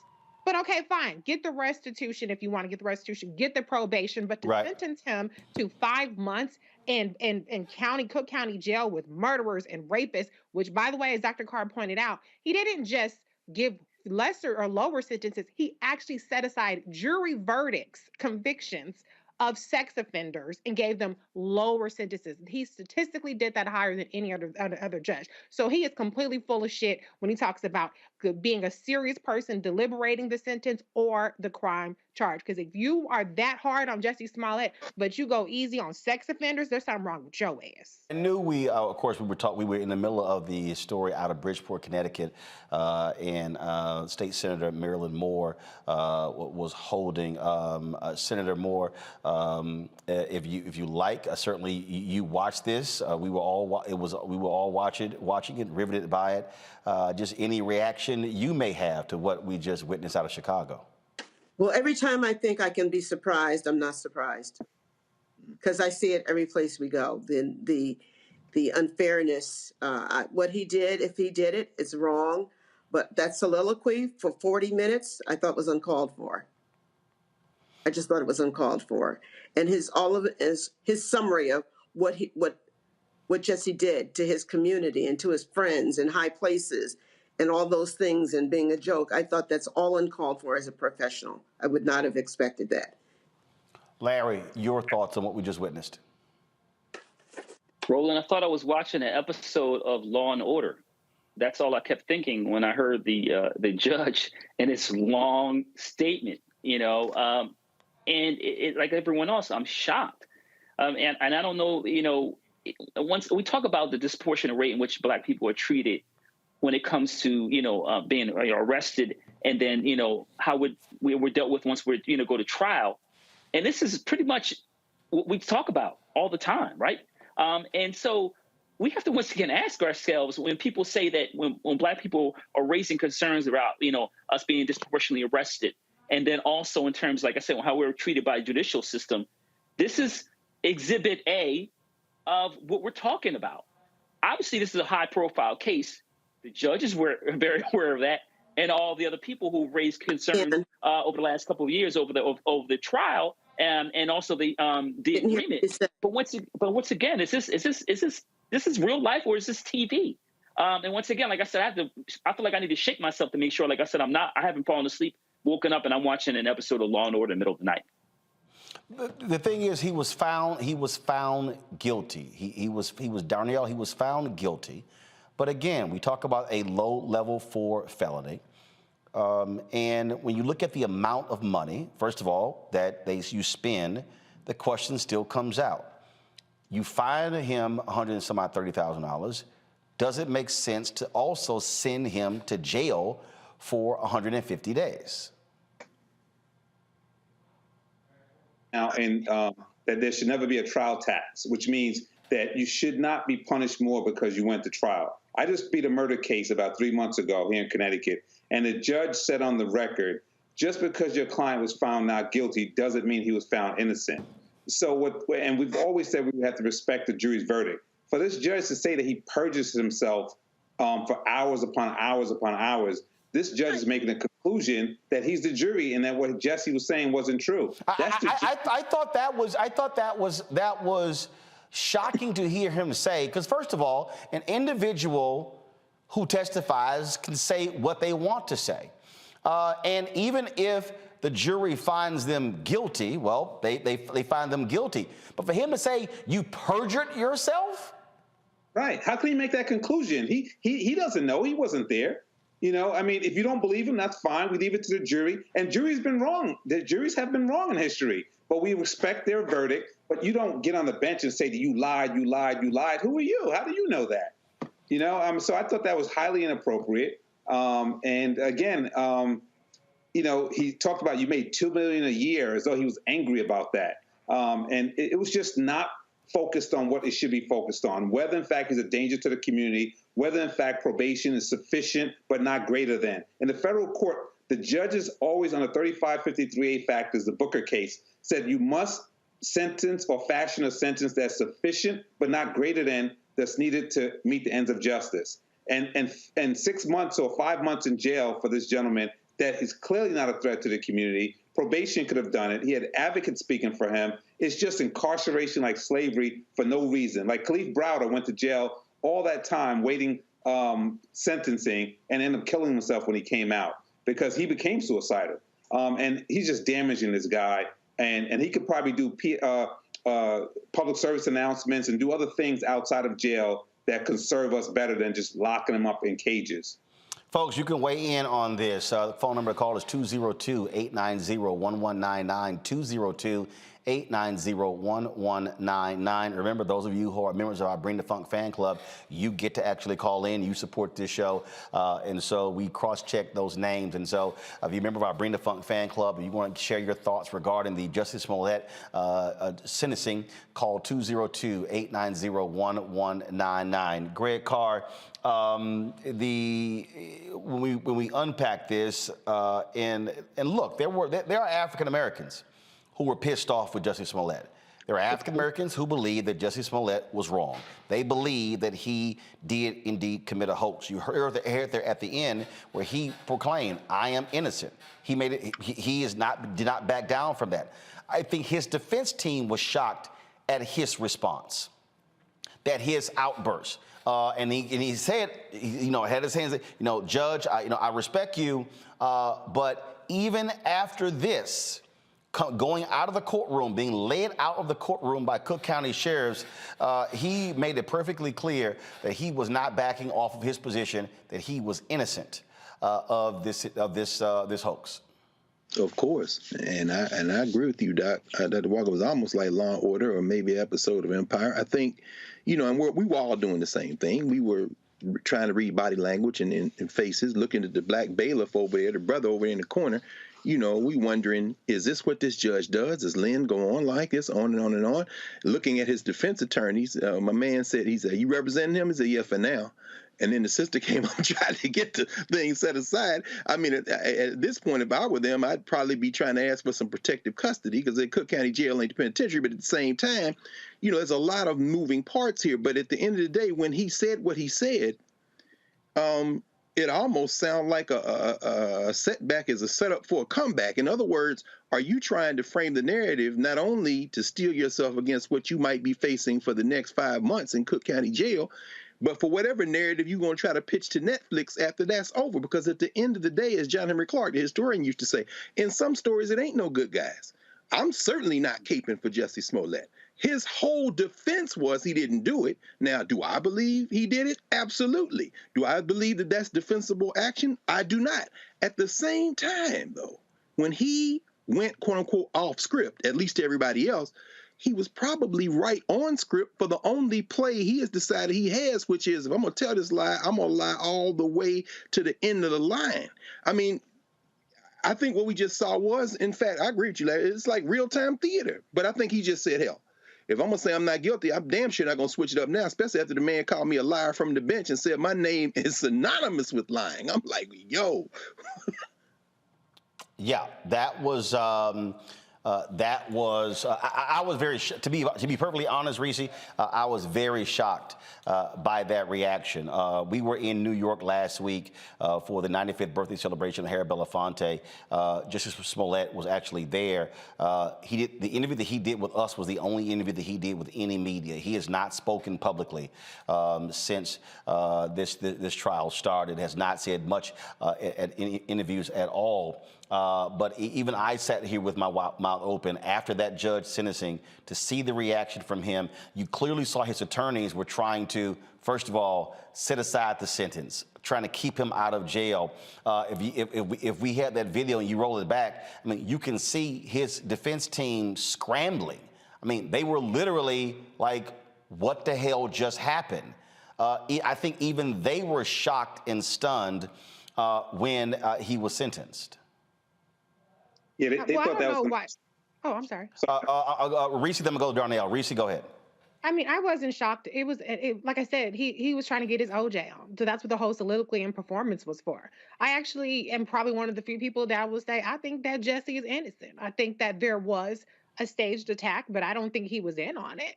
But that's an unpopular opinion. I'll stand it and I don't care. But my other opinion is also who gives a fuck even if he was guilty. It's really not as big of a deal as people are making it out to see. I'm not one of those people that tries to say that when one black person does wrong, oh, that's going to reflect poorly on the whole race, yada, yada, yada. People that think poorly of black people think poorly of black people, whether Jussie Smollett lied or whether he was really attacked. So that really doesn't even matter to me.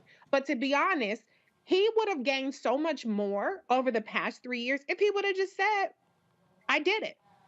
He could have said I was depressed. He could have said I was risking my job. I was desperate. He could have claimed a whole number of things where people would have been sympathetic to him. So he's actually lost more by maintaining his innocence. So that's why I'm more inclined to believe that he is a victim here.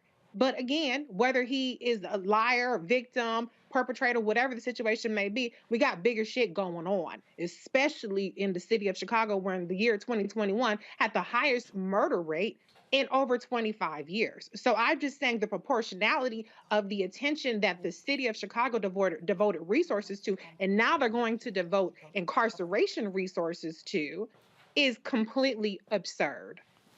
Darnell, go ahead. Yeah, I think when you look at the response of the defense team, they clearly thought he was going home. They clearly thought it was a probationary sentence. They were preparing for a probationary sentence, and it caught them off guard. Again, typically, if you file an appeal, you will get the judge to stay the sentencing pending the appeal. And if you lose the appeal, then he goes in. And in a case like this, where it's not going to be a problem to the prosecution because the guy is not a threat to society, the judge could have easily stayed that appeal. But I saw the defense team panicking because they already were preparing for him to get a probationary sentence. And just lastly, on that same level, he has a felony now. And the judge used the word permanent as though he could never get it exonerated, which was very interesting. Typically, in America now, you have a right to expungement after a certain time. 5 years from the time you finish probation of felonies, 3 years from the time when you finish probation for misdemeanors. But he said you have a permanent felony. And so if he already has a permanent felony and he's from riches to rags and all the other things, then why do you have to now add more incarceration on top of that? And so I as a lawyer, I've had people who have been arrested for bringing a noose to work and they don't get jail. And so if that's not a hate crime, I don't know. They bring the noose to work. We had a work site down here, Turner Construction, and this white guy was putting nooses up and putting nigger this and nigger that, probation only. So he faked it and got jail when actually the person actually did the hate crime at these workplaces, and it's become an employment situation, discrimination situation, no jail. So there you have it with the disparities. I want to go to the phone lines. Let's go to Wanda Weathers. She's calling from Miami, Florida. Wanda Weathers, you're on Roland Martin Unfiltered. What's your comment?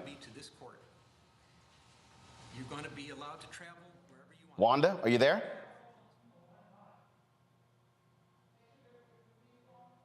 Wanda Weathers, are you there? All right, folks, let me know when y'all get the phone call straight. Larry, it was interesting listening to that. It was sort of, I think, let me just go ahead and say it. I think it was also sort of bait and switch by the judge. Because he goes 30 months probation, he goes on and on, he goes through, you're gonna pay the amount. Oh, by the way, you're gonna begin the first 150 days of your probation in Cook County Jail. And I was like, that's where I think the defense also was shocked and stunned. Yeah, Roland, defense, everyone in the courtroom, everyone watching it, including us. You hear from everyone on this panel was completely shocked. I was shocked. And you said you're reading the body language. Listen to the judge go on and on and on. And like I said, it feels like a docudrama or something. It didn't even feel like real life. And it also felt like there are a couple of things. I feel like the judge was performing, first of all, and second of all, it seemed like he was unpacking a lot of his feelings about maybe celebrities or I don't know, but it sounded like he spent a lot of time unpacking his own personal feelings. And look, judges are human beings like everyone else. But like I said, 5 months to send him to jail when he's not a threat to the community is baffling. And like I said, we talk about these issues once again about obviously, celebrity, but also the reminder. I thought it was also interesting, Roland. He mentioned his racial background, which I thought was very odd. And also maybe it was telling in the very beginning of the conversation that we should have known that maybe down the line something else was going to happen. Because when he mentioned that, I'm thinking, how does this relate to what's happening? But then I reminded myself, I know what's going on, and I should prepare myself for an interesting outcome. But once again, he did kind of do a bait and switch. He went on, kind of talked about, members of NAACP, Jesse Jackson being a Rainbow Push Coalition. You're a social justice advocate. You've done all this wonderful work, et cetera, et cetera. Two things we should have realized when he talked about his racial background and how much money he made. And when we heard those two things, we should have known at the very end that something else is going down. Let's go to the phone lines. If we can now get it. Wanda Weathers, she's calling from Miami, Florida. Wanda, you're on Roland Martin Unfiltered. What's your reaction to the Jussie Smollett sentencing? Yes. I'm trying to figure out how it is that the Karens were getting away with all these false accusations over the past couple of years, and they get a slap on the hand, and now here you are, you have someone who's an actor, and you want to give him 150 days inside of a nasty jail. I just don't understand it. It makes no sense. Excellent point. Who wants to respond to that? I'll just say real quick, Dr. Walker, Larry, you said it right. Sister Wanda, I think what we just saw was, and I think you're right, Larry, this was an opportunity for that judge to do a lot of things. His star turn, wash his sins, squash some beefs with the state's attorney's office, show that he's tough, show that he's a white liberal ex-hippie in Chicago, a black city where he's been sitting on the bench for decades, and he don't want Jesse Jackson and them mad at him. A whole lot was going on in that. And at the end of the day, in trying to speak to everything and everybody, he said nothing to anybody. And as I said, whether Jussie Smollett did it or not is secondary. I hope it remains secondary with the time he's going to spend in the county, because that's no joke in Chicago. And as you say, Racy, there are real issues going on in Chicago.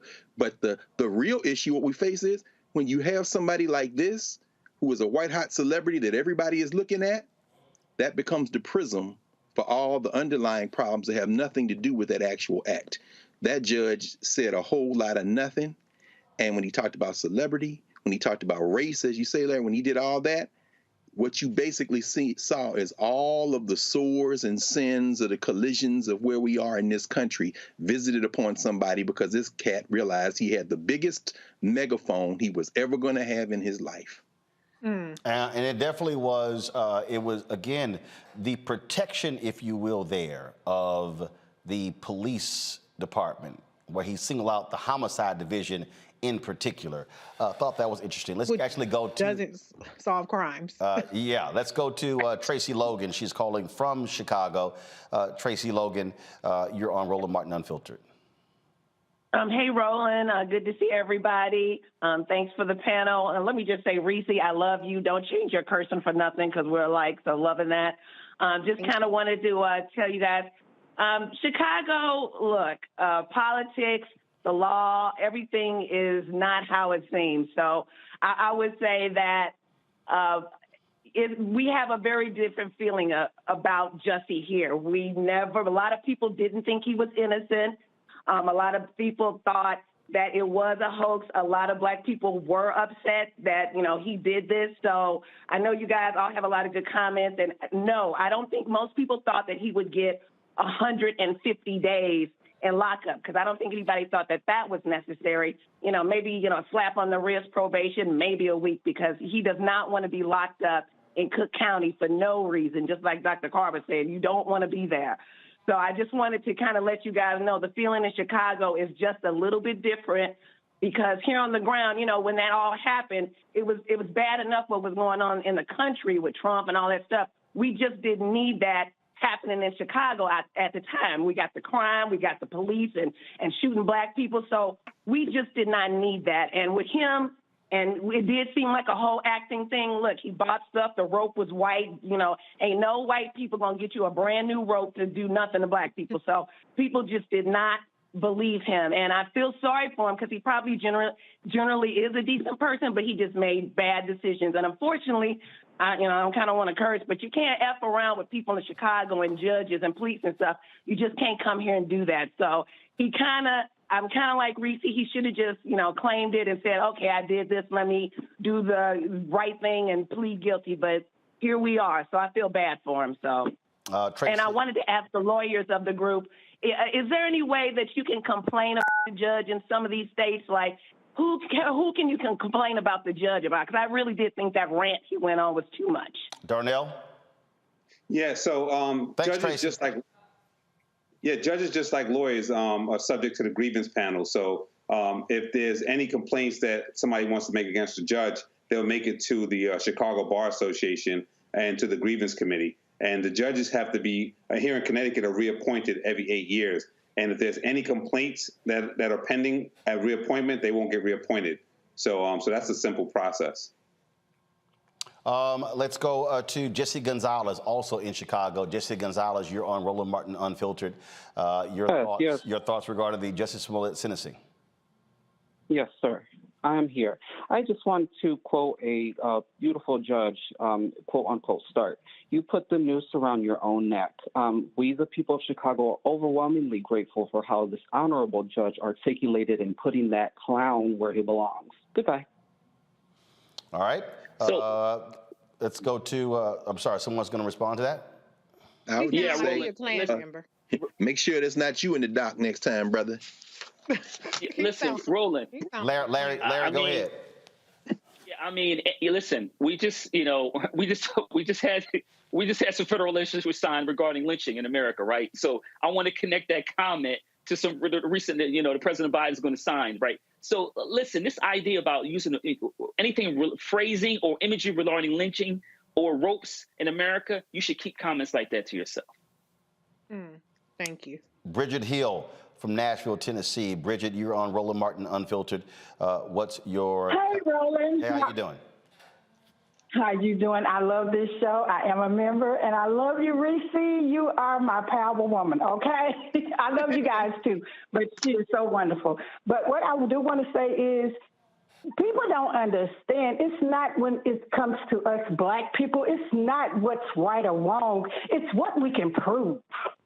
Period. It's what we can prove. They can tell any kind of lie they want to. They can write it down. They can make it up. But because it comes from the police or comes from somebody that's supposed to be in power, they don't even respect us. So the lady that just came on and said what she said, that was so disrespectful because you wasn't there and you don't know what happened. I don't think he did it. I think that judge is an old racist coon, and this is actually one of these modern day lynchings.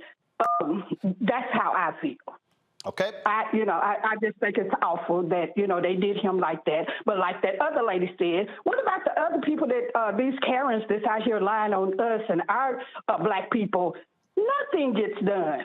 So, we got to let them know who we are. We are human beings, and I stand up for him. Thank you so much. Okay, I appreciate you giving us a call. Thank you so very much. It is going to be very interesting to watch others' reaction to this. Remember, then Mayor Rahm Emanuel, him, the superintendent, they went off. They were indignant. The anger. Frankly, I thought it was a joke, if you will, to see Rahm Emanuel so indignant when he protected that videotape for a year in the Laquan McDonald death there. Exactly. And that, so again, it was watching all of that play out too. And again, this was an indication. They clearly did not say, fine, Kim Foxx, you do your job. It was kind of like, oh, hell no. We are going to make an example out of Jussie Smollett. That's why it continued. The reality is this case had been adjudicated. Charges had been dropped. They had come to an agreement, but they were like, oh, hell no. We want more. We want more. He is going to pay. And they got exactly what they wanted today. Reese, go ahead. Roland, I'm reminded. Darnell, then Reese, go ahead. Before I went to law school, my mother made me read this book called Black Rose, White Justice by Bruce Wright, who's a black judge out of New York. Yeah, great book. Yeah, exactly. He used to have a saying, they call him set him loose, Bruce. And he was like, if it was nonviolent, turn him loose. And they accused him of jury nullifications because even after a guilty verdict, if it was nonviolent, he would set him loose. And in this particular case, we're not saying today whether Jussie was right or wrong. We're saying he was found guilty. We got that part. Now the question is, what type of sentence do you do for this type of gentleman? Never been in trouble before, never had a record before, not a threat to society. And to put him in chains in Cook County, I can't possibly see that fitting all the remarks that the judge was trying to make with the mitigations, with the support. And at the end, like everybody in the panel said, it was like he was almost letting them walk. And then he said, oh, by the way, just put this nigger on here for 150 days. I thought he was going to do maybe 30 days, but 150 days? That doesn't comport. And again, it's black robes, white justice all day long. To the control room, if y'all could, if you could pull up our Facebook page. So a couple of things are happening right now. We're live on Roland Martin Unfiltered. I know we're going over our 8 o'clock time. We also have a live stream up on the Black Star Network app of a camera that is outside of the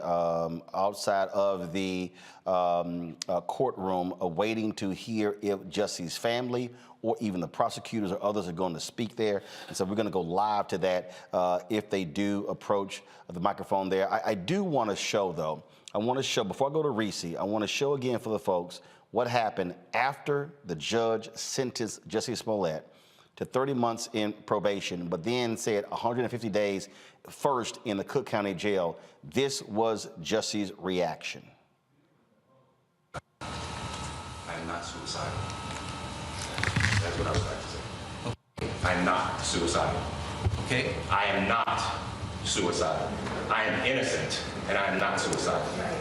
If I did this, then it means that I stuck my fist in the fears of Black Americans in this country for over 400 years and the fears of the LGBTQ community. Your Honor, I respect you and I respect the jury, but I did not do this. And I am not suicidal. And if anything happens to me when I go in there, I did not do it to myself. And you must all know that. I respect you, Your Honor. I respect your decision. Jail time, I am not suicidal. Okay. Mr. Uche, let me inquire, are there any post-sentencing motions you care to present right now? Yes, Judge. Yes, Ms. Mill. The defense would wish to present a motion to reconsider sentence and file it in stanter. Right. It is timely filed. Thank you, Judge. And let me say, I've obviously considered the sentence at great length. And it's timely filed, so it's preserved for purposes of appeal. Motion to reconsider sentence is respectfully denied. And is there another? One second, Randy. Anything else? Just a second. Is there going to be a notice of appeal filed? Yes, Judge. We filed a notice of appeal. We're going to be emailing it to the clerk right now, to the office. You're doing it in stanter, and are you going to be handling the appeal? Judge, as of now, yes. Well, you have to commit to Yes, the Judge. appeal Yes, for the yes, appellate we're court. filing a notice Okay. of appeal. All right. Notice of appeal may be filed. Charlotte, and now I need the prosecutors to work with Charlotte, the probation officer, to work out probation specifications with the conditions I just explained. 150 days in the county jail, restitution of fines. Oh, and also as well. That's statutory. So you have to fill out the probation specifications, and I'm going to get somebody to help you do that. But we need to get that done in standard. Anything else today? Yes. Your Honor, if I may, in light of the notice of appeal, we would ask that you suspend the jail sentence in light of the instant filing of the notice of appeal. Did I do what? Suspend the jail sentence in light of the notice of filing of appeal. That will be respectfully denied. Your Honor. Yes, Mark. Mr. Lewis. If it can be stayed in light of our notice of appeal. No, I'm not staying. No. The wheels of justice turn slowly, and sometimes the hammer of justice has to fall, and it's falling right here, right now. I'm not staying this. This happens right here, right now. Charlotte? I know you said that Mr. Smollett Yeah, I'll talk to you about it. I'll give you this. Okay. All right. Any other matters to come before the court today? All right. Defendants remanded to the custody of sheriff.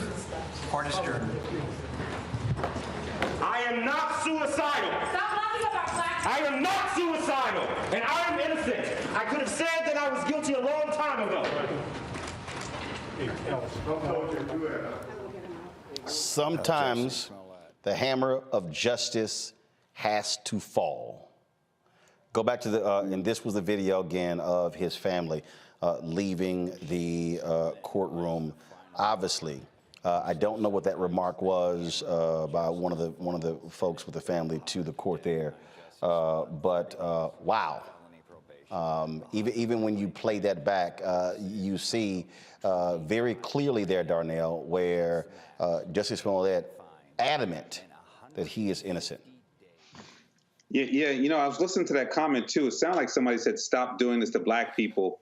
So it was clear that they were supporting Jussie. But when you played that tape back, something came more clear to me. I think what Jussie was doing, and which is quite ingenious. He was saying, "I'm not suicidal." Because like with Sandra Bland and some other cases, if he goes in there and he ends up dead, and then they try to say, oh, he was just this actor that couldn't take this and he killed himself, he was already debunking that theory, that if I'm dead, they killed me. So that played in my head when he said it again, when you just replayed it. He was making it clear, they killed me. It wasn't me.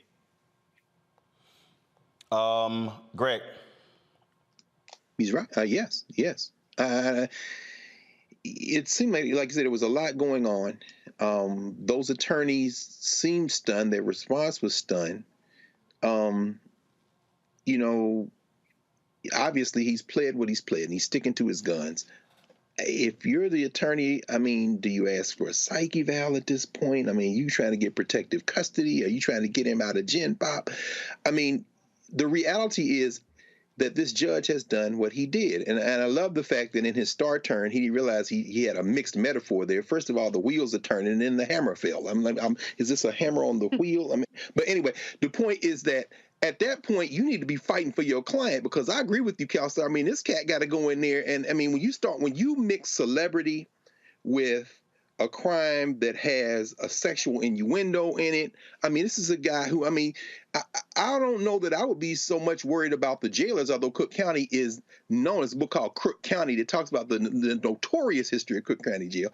But I'd also be worried about those inmates. I mean, to the point that Reese made a minute ago, I mean, that fist in the air, sure, the politics, but man, while we at home tonight, this cat is in Cook County Jail, and it ain't like any of us. Well, maybe not you, Ron, because you are a celebrity, but he is a celebrity and a young guy. I think it's just a lot for him to be concerned about. And as far as his lawyers are concerned, I don't know. I mean, and again, I'm not going to, obviously a curbstone opinion is worth what you paid for it, but I don't know, man. I just feel like his attorneys need to be regrouping now, trying to fight for this guy in the real world rather than trying to win some larger argument in society. Folks, if you are just tuning in, it was a little more than an hour ago actually less than an hour ago, when a Chicago judge sentenced Jussie Smollett to 30 months probation for a class 4 low-level felony.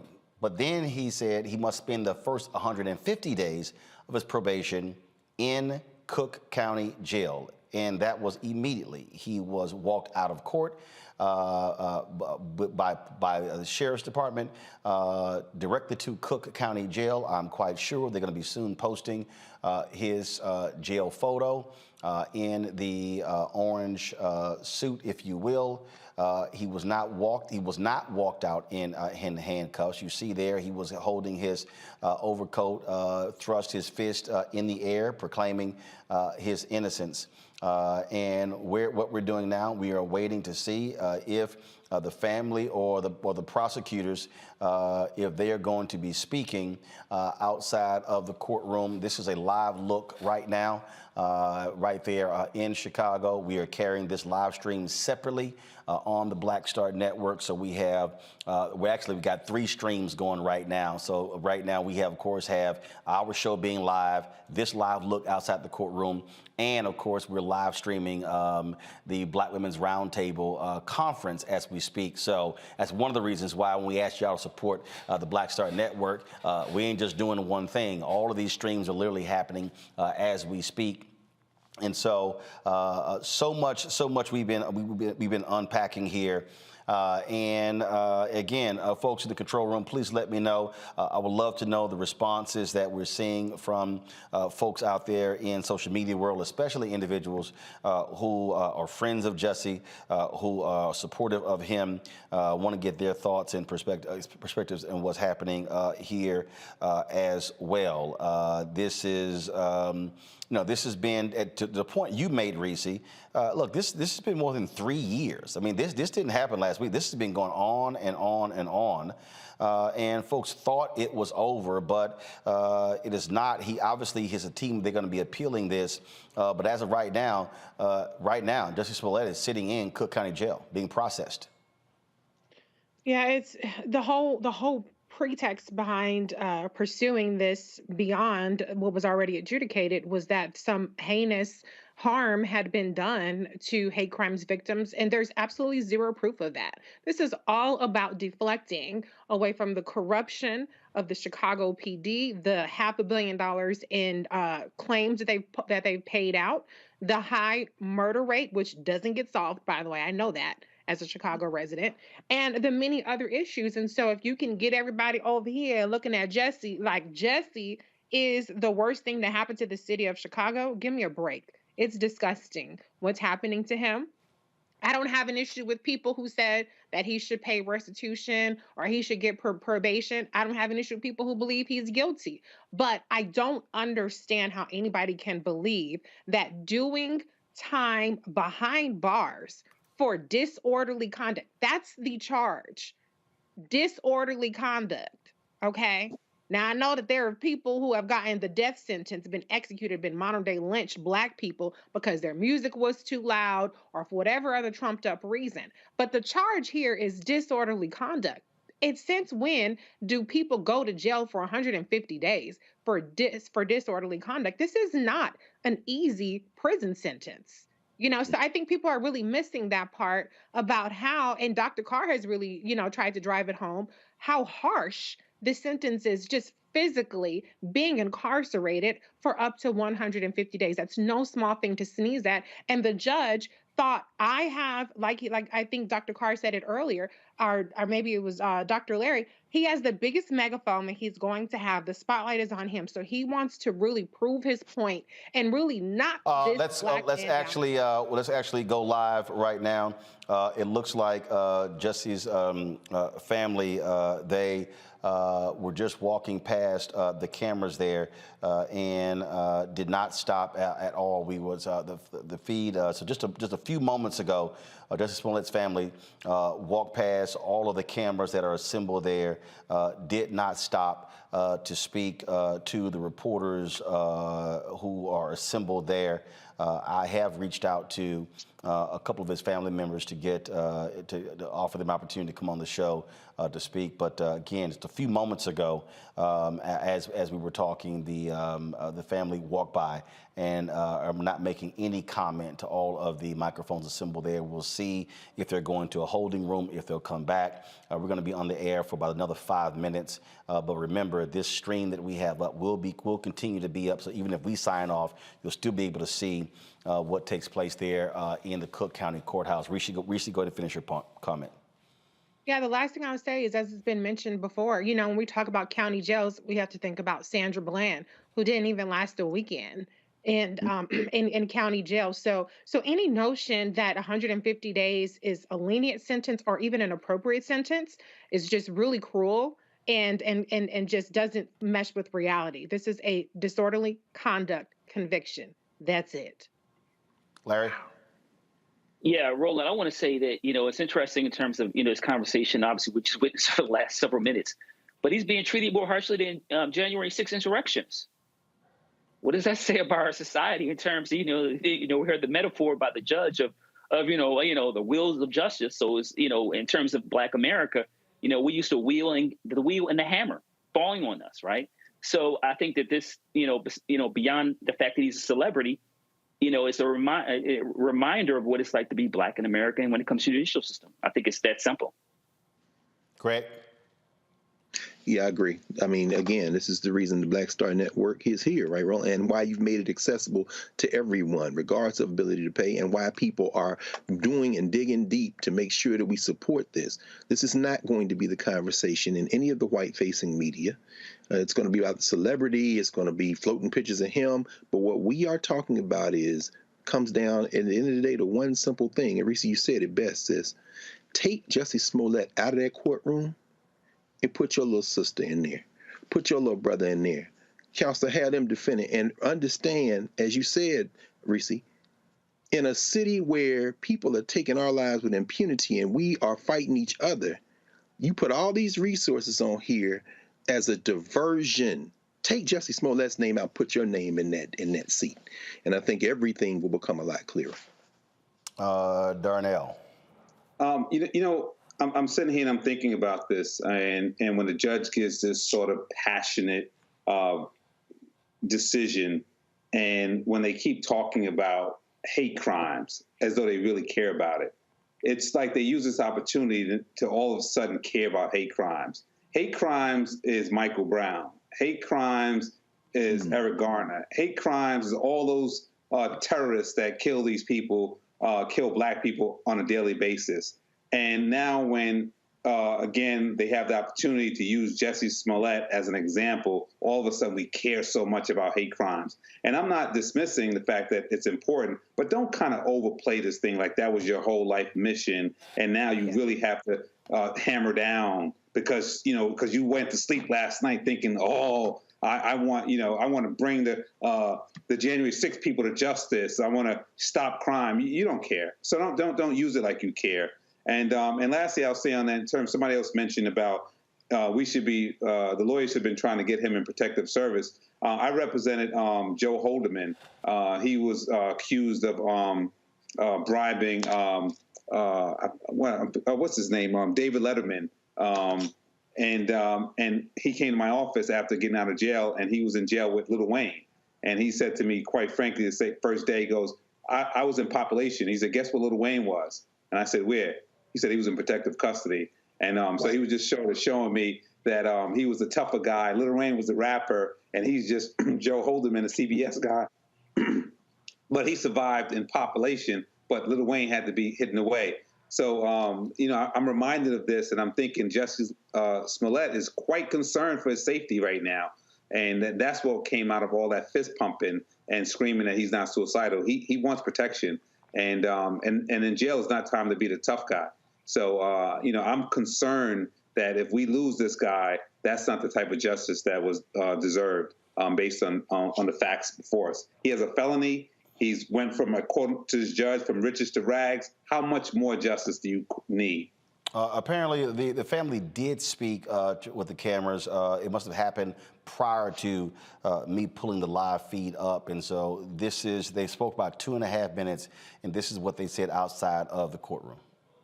In 2022, we don't shame people like this, all right? He basically called him a mental case, all right? If you look at that testimony, he basically reiterated and regurgitated all the prosecutors said. There was no independence. This is a duly elected judge in Cook County. He's supposed to be elected by the people, not just a stooge and a rubber stamp for the prosecutors. And I'm very disappointed, very disappointed. Your name again, sir? My name is Jussie Smollett. I'm his oldest brother. Okay. Yeah. I have something I want to say quickly. Your name, ma'am? My name is Jussie Smollett. I'm his older sister. First of all, I want to say my brother is innocent. My brother Jussie is innocent. This should not be a controversial statement because it is the absolute truth.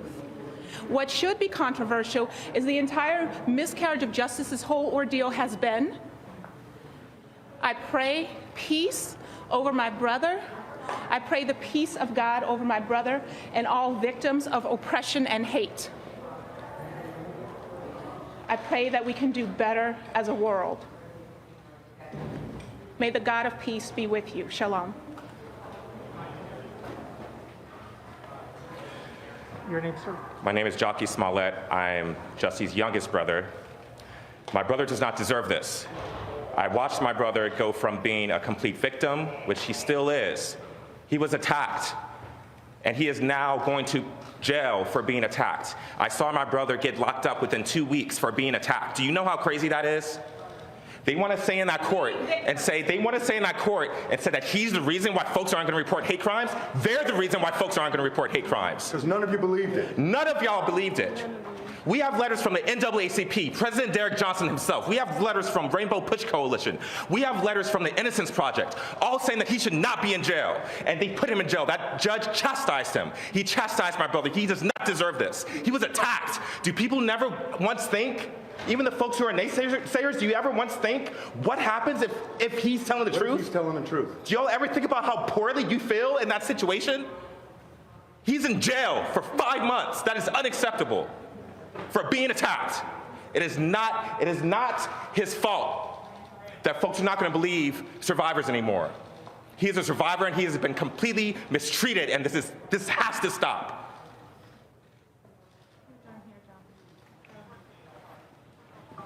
Please do your investigative journalism work. That was the family of Jussie Smollett speaking to reporters there in Chicago. We extended our coverage for about 30 some odd minutes. We still, again, folks, we're going to end it here. If you want to see, if there will be any speakers from the prosecution team, simply go to the Black Star Network app. You will see the live feed that we have up, courtesy of the Associated Press. And so we have that, and looks like there was a point there where the attorneys were going to, the prosecutors were going to address, this might be from earlier, not quite sure.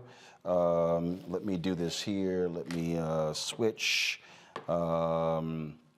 feeds here. Let me see if we can go ahead and switch feeds here.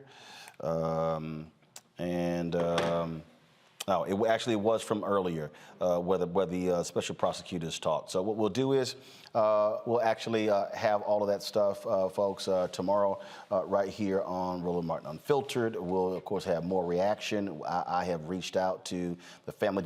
Actually, we do have the feed up. My apologies. Let me do this here. Let's see if I can go to this particular feed. Folks, take it, please.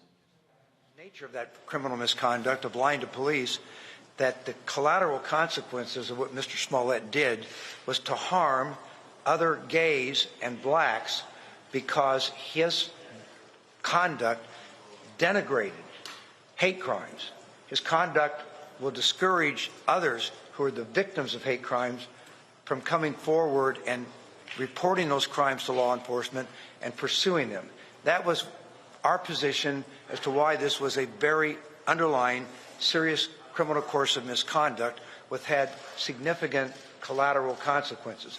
The court today, with his sentence, by imposing a significant jail sentence, by imposing the maximum amount of restitution, by imposing the maximum fine, and by imposing the maximum amount of probation, this judge clearly, in his comments, made it clear that he clearly has understood from the evidence we presented at trial that this was a course of conduct that deserved severe punishment based on the conviction that was obtained from the jury. Questions? What did you think about his outburst? Well, I wasn't quite sure. I'm not going to interpret the outburst. I'm not going to interpret it. I don't know exactly what he was referring to, and I'm not going to interpret it. Are you surprised he's sticking to the story? Well, I've made the point during my argument to the judge that I thought one of the critical factors that the court should consider in determining how serious the underlying criminal conduct was and whether it warranted jail time was an argument I made that this defendant, Jussie Smollett, has never shown to the city of Chicago an ounce of contrition. He's never once stood up to say, I'm sorry. He's never once stood up to accept responsibility for his criminal conduct. He has simply denied it, denied it, and denied it. So again, today, after he's now been convicted by a jury of 5 felony counts, after he heard a judge today excoriate his conduct as being reprehensible conduct, he still stood up in the courtroom and insisted that he's not going to ever admit or accept any responsibility for what he did to the Chicago Police Department or his violation of responsibility to other gays and African Americans because it's made it hard for people to report hate crimes because of his conduct. His office sounds like they're definitely going to appeal. Will your office be working on that as well? Yes, the Special Prosecutor's Office is going to continue to handle the appeal. We're going to see this all the way to the end, and the answer is yes. Why did you feel confident not recommending the sentence? Well, here's my position. During the course of handling this case, the court system gave us an extremely... All right, folks, that's the prosecutor speaking there. So we're going to end it there. If you want to continue to watch that, simply go to the live stream of the Black Star Network app. Darnell Crossland, let me thank you. I know we had you on talk about the Connecticut case. We're going to continue focusing on that. Thank the State Senator Morph as well. But, of course, breaking news is breaking news. Let me also thank Larry, Reese, and Greg for staying over. I know we went longer than we normally do, but it's important for us to get our voice out here speaking on these stories, on these issues, because you know when you have these other networks out here, you see very few of us giving our perspective in real time on what happens. And you can go back to the 5 box. So let me say this here. Can I say one more thing? Yeah, Risa, go ahead. I just want to say, in the city that had the highest murder rate in 25 years, the 2 brothers that everybody agrees on violently attacked Jussie, and they found guns and drugs in their house are free. And the person who reported the crime is behind bars for the next 5 months. So I don't want to hear nothing about justice. I don't want to hear anything about the severity of the crime or anything like that. And when you have 2 people who have 2 other crimes, allegedly, let me put it like that because this is a news show, that they have been busted doing, walking free. All right. One of the things that's important for y'all to understand is this here. And I posted several things today on my Twitter feed, on my Instagram feed, actually on my social media. There's somebody, Darnell Cooks, brother, so people have been saying he's been doing all kinds of different things. And so folks were coming at me saying, well, why haven't I been reporting on this? And I had to explain to people, y'all, we don't have 2, 5, 10 reporters around here. It's me and my staff. And if y'all want to understand why we do what we do, why it's important to give Do y'all understand why I'm fighting like hell against the federal government to get part of the $1 billion spent for advertising, the $322 billion being spent every year in general marketing, so we can actually have reporters? It would have been great for us to have our own reporter in Chicago on the scene covering this trial, talking with the family right there. It'd be great for us to be able to have, I would love to send a reporter to Bridgeport, Connecticut, and actually walk the scene of that crime and talk to people there and talk to investigators. But I need y'all to understand, Fox News has a $1.5 billion in profit every year. Not revenue, profit. CNN, $1 billion in profit. MSNBC, about $700 million in profit. Do y'all understand that Brian Roberts, who is the CEO of Comcast, had a call, an investor's call, and he said that Peacock, the streaming network, the OTT network of NBC, they are projected to lose this year $2.5 billion. And it's still in business. They lost $1.7 billion last year. So they got no problem losing $4.2 billion in 2 years. Do you know why? Because that's what happens when you make multiple billions in revenue. And so this is why Black-owned media is in the state that it is in. This is why Black-owned media spends its time talking about gossip and reality shows and entertainment and sports and not covering anything substantive unless it blows up, because we are being frozen out. And so I just need y'all to understand, look, us extending this show 41 minutes, I gotta pay for that. So don't think for a second that, oh, this thing just sort of happened. People go, oh, why aren't you covering these things? It is because we don't have the same level of resources. And so when you hear me talk about Black-owned advertising, I need you to like and comment and reshare on social media, because trust me, they're watching. They're paying attention. Because if not, we will never be able to cover our own story. Guys, play that video, play that again, the shot of Black-owned media. The only reason we're at this point is because we had Black media who actually sent people to places. And you see, look on that wall, Emerge, you see Ebony, you see Black Enterprise, you see Savoy, you see all of those, you see Ida B. Wells newspaper, you see Essence. Folks, those days are gone. Chicago Defender, Pittsburgh Courier, Atlanta Daily World, those worlds are gone. We have been decimated by the industry, folks, because of systematic racism. So we're in this fight, and we need you to be in this fight.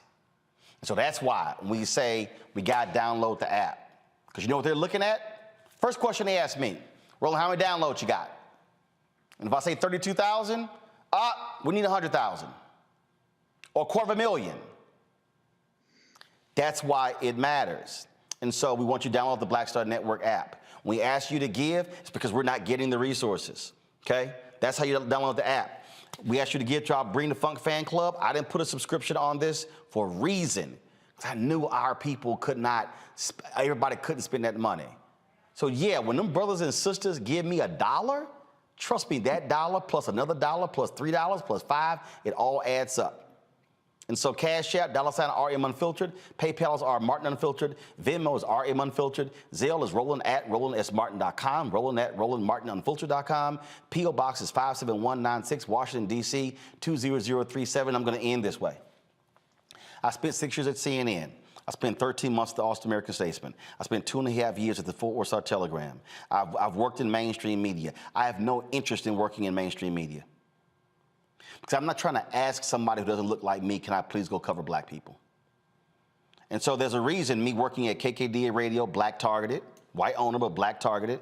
Dallas Examiner, black owned. Dallas Weekly, black owned. Houston Defender, black owned. Chicago Defender, black owned. Major Broadcasting Cable Network, black owned. Savoy Magazine, black owned. BlackAmericanWeb.com, black owned. Tom Jones Morning Show, black owned. TV One, black owned. All of those black media entities I've worked at. And now we have, of course, Black Star Network and Roland Martin Unfiltered. We wish to plead our own cause, too long have others spoken for us. Folks, I'm telling you, we will rue the day when we, 5, 10, 20, 30 years from now, do not have black-owned media, and we're asking somebody else, can y'all please report us? Can y'all please talk about something from our perspective? I'm not interested in asking. I'm interested in us owning. So that's why we need your support. Darnell, Greg, Reese, Larry, I appreciate it. Thank you so very much. I appreciate all of you for watching as well. You know how to support us. We give y'all a shout out. And again, when y'all give to us on YouTube, don't give there. I appreciate YouTube. We only get 55 cents on every dollar you spend there. Give to us direct, where we get the full 100% when you give to us. Folks, that's it. I'll see you tomorrow right here on Roland Martin Unfiltered on the Black Star Network.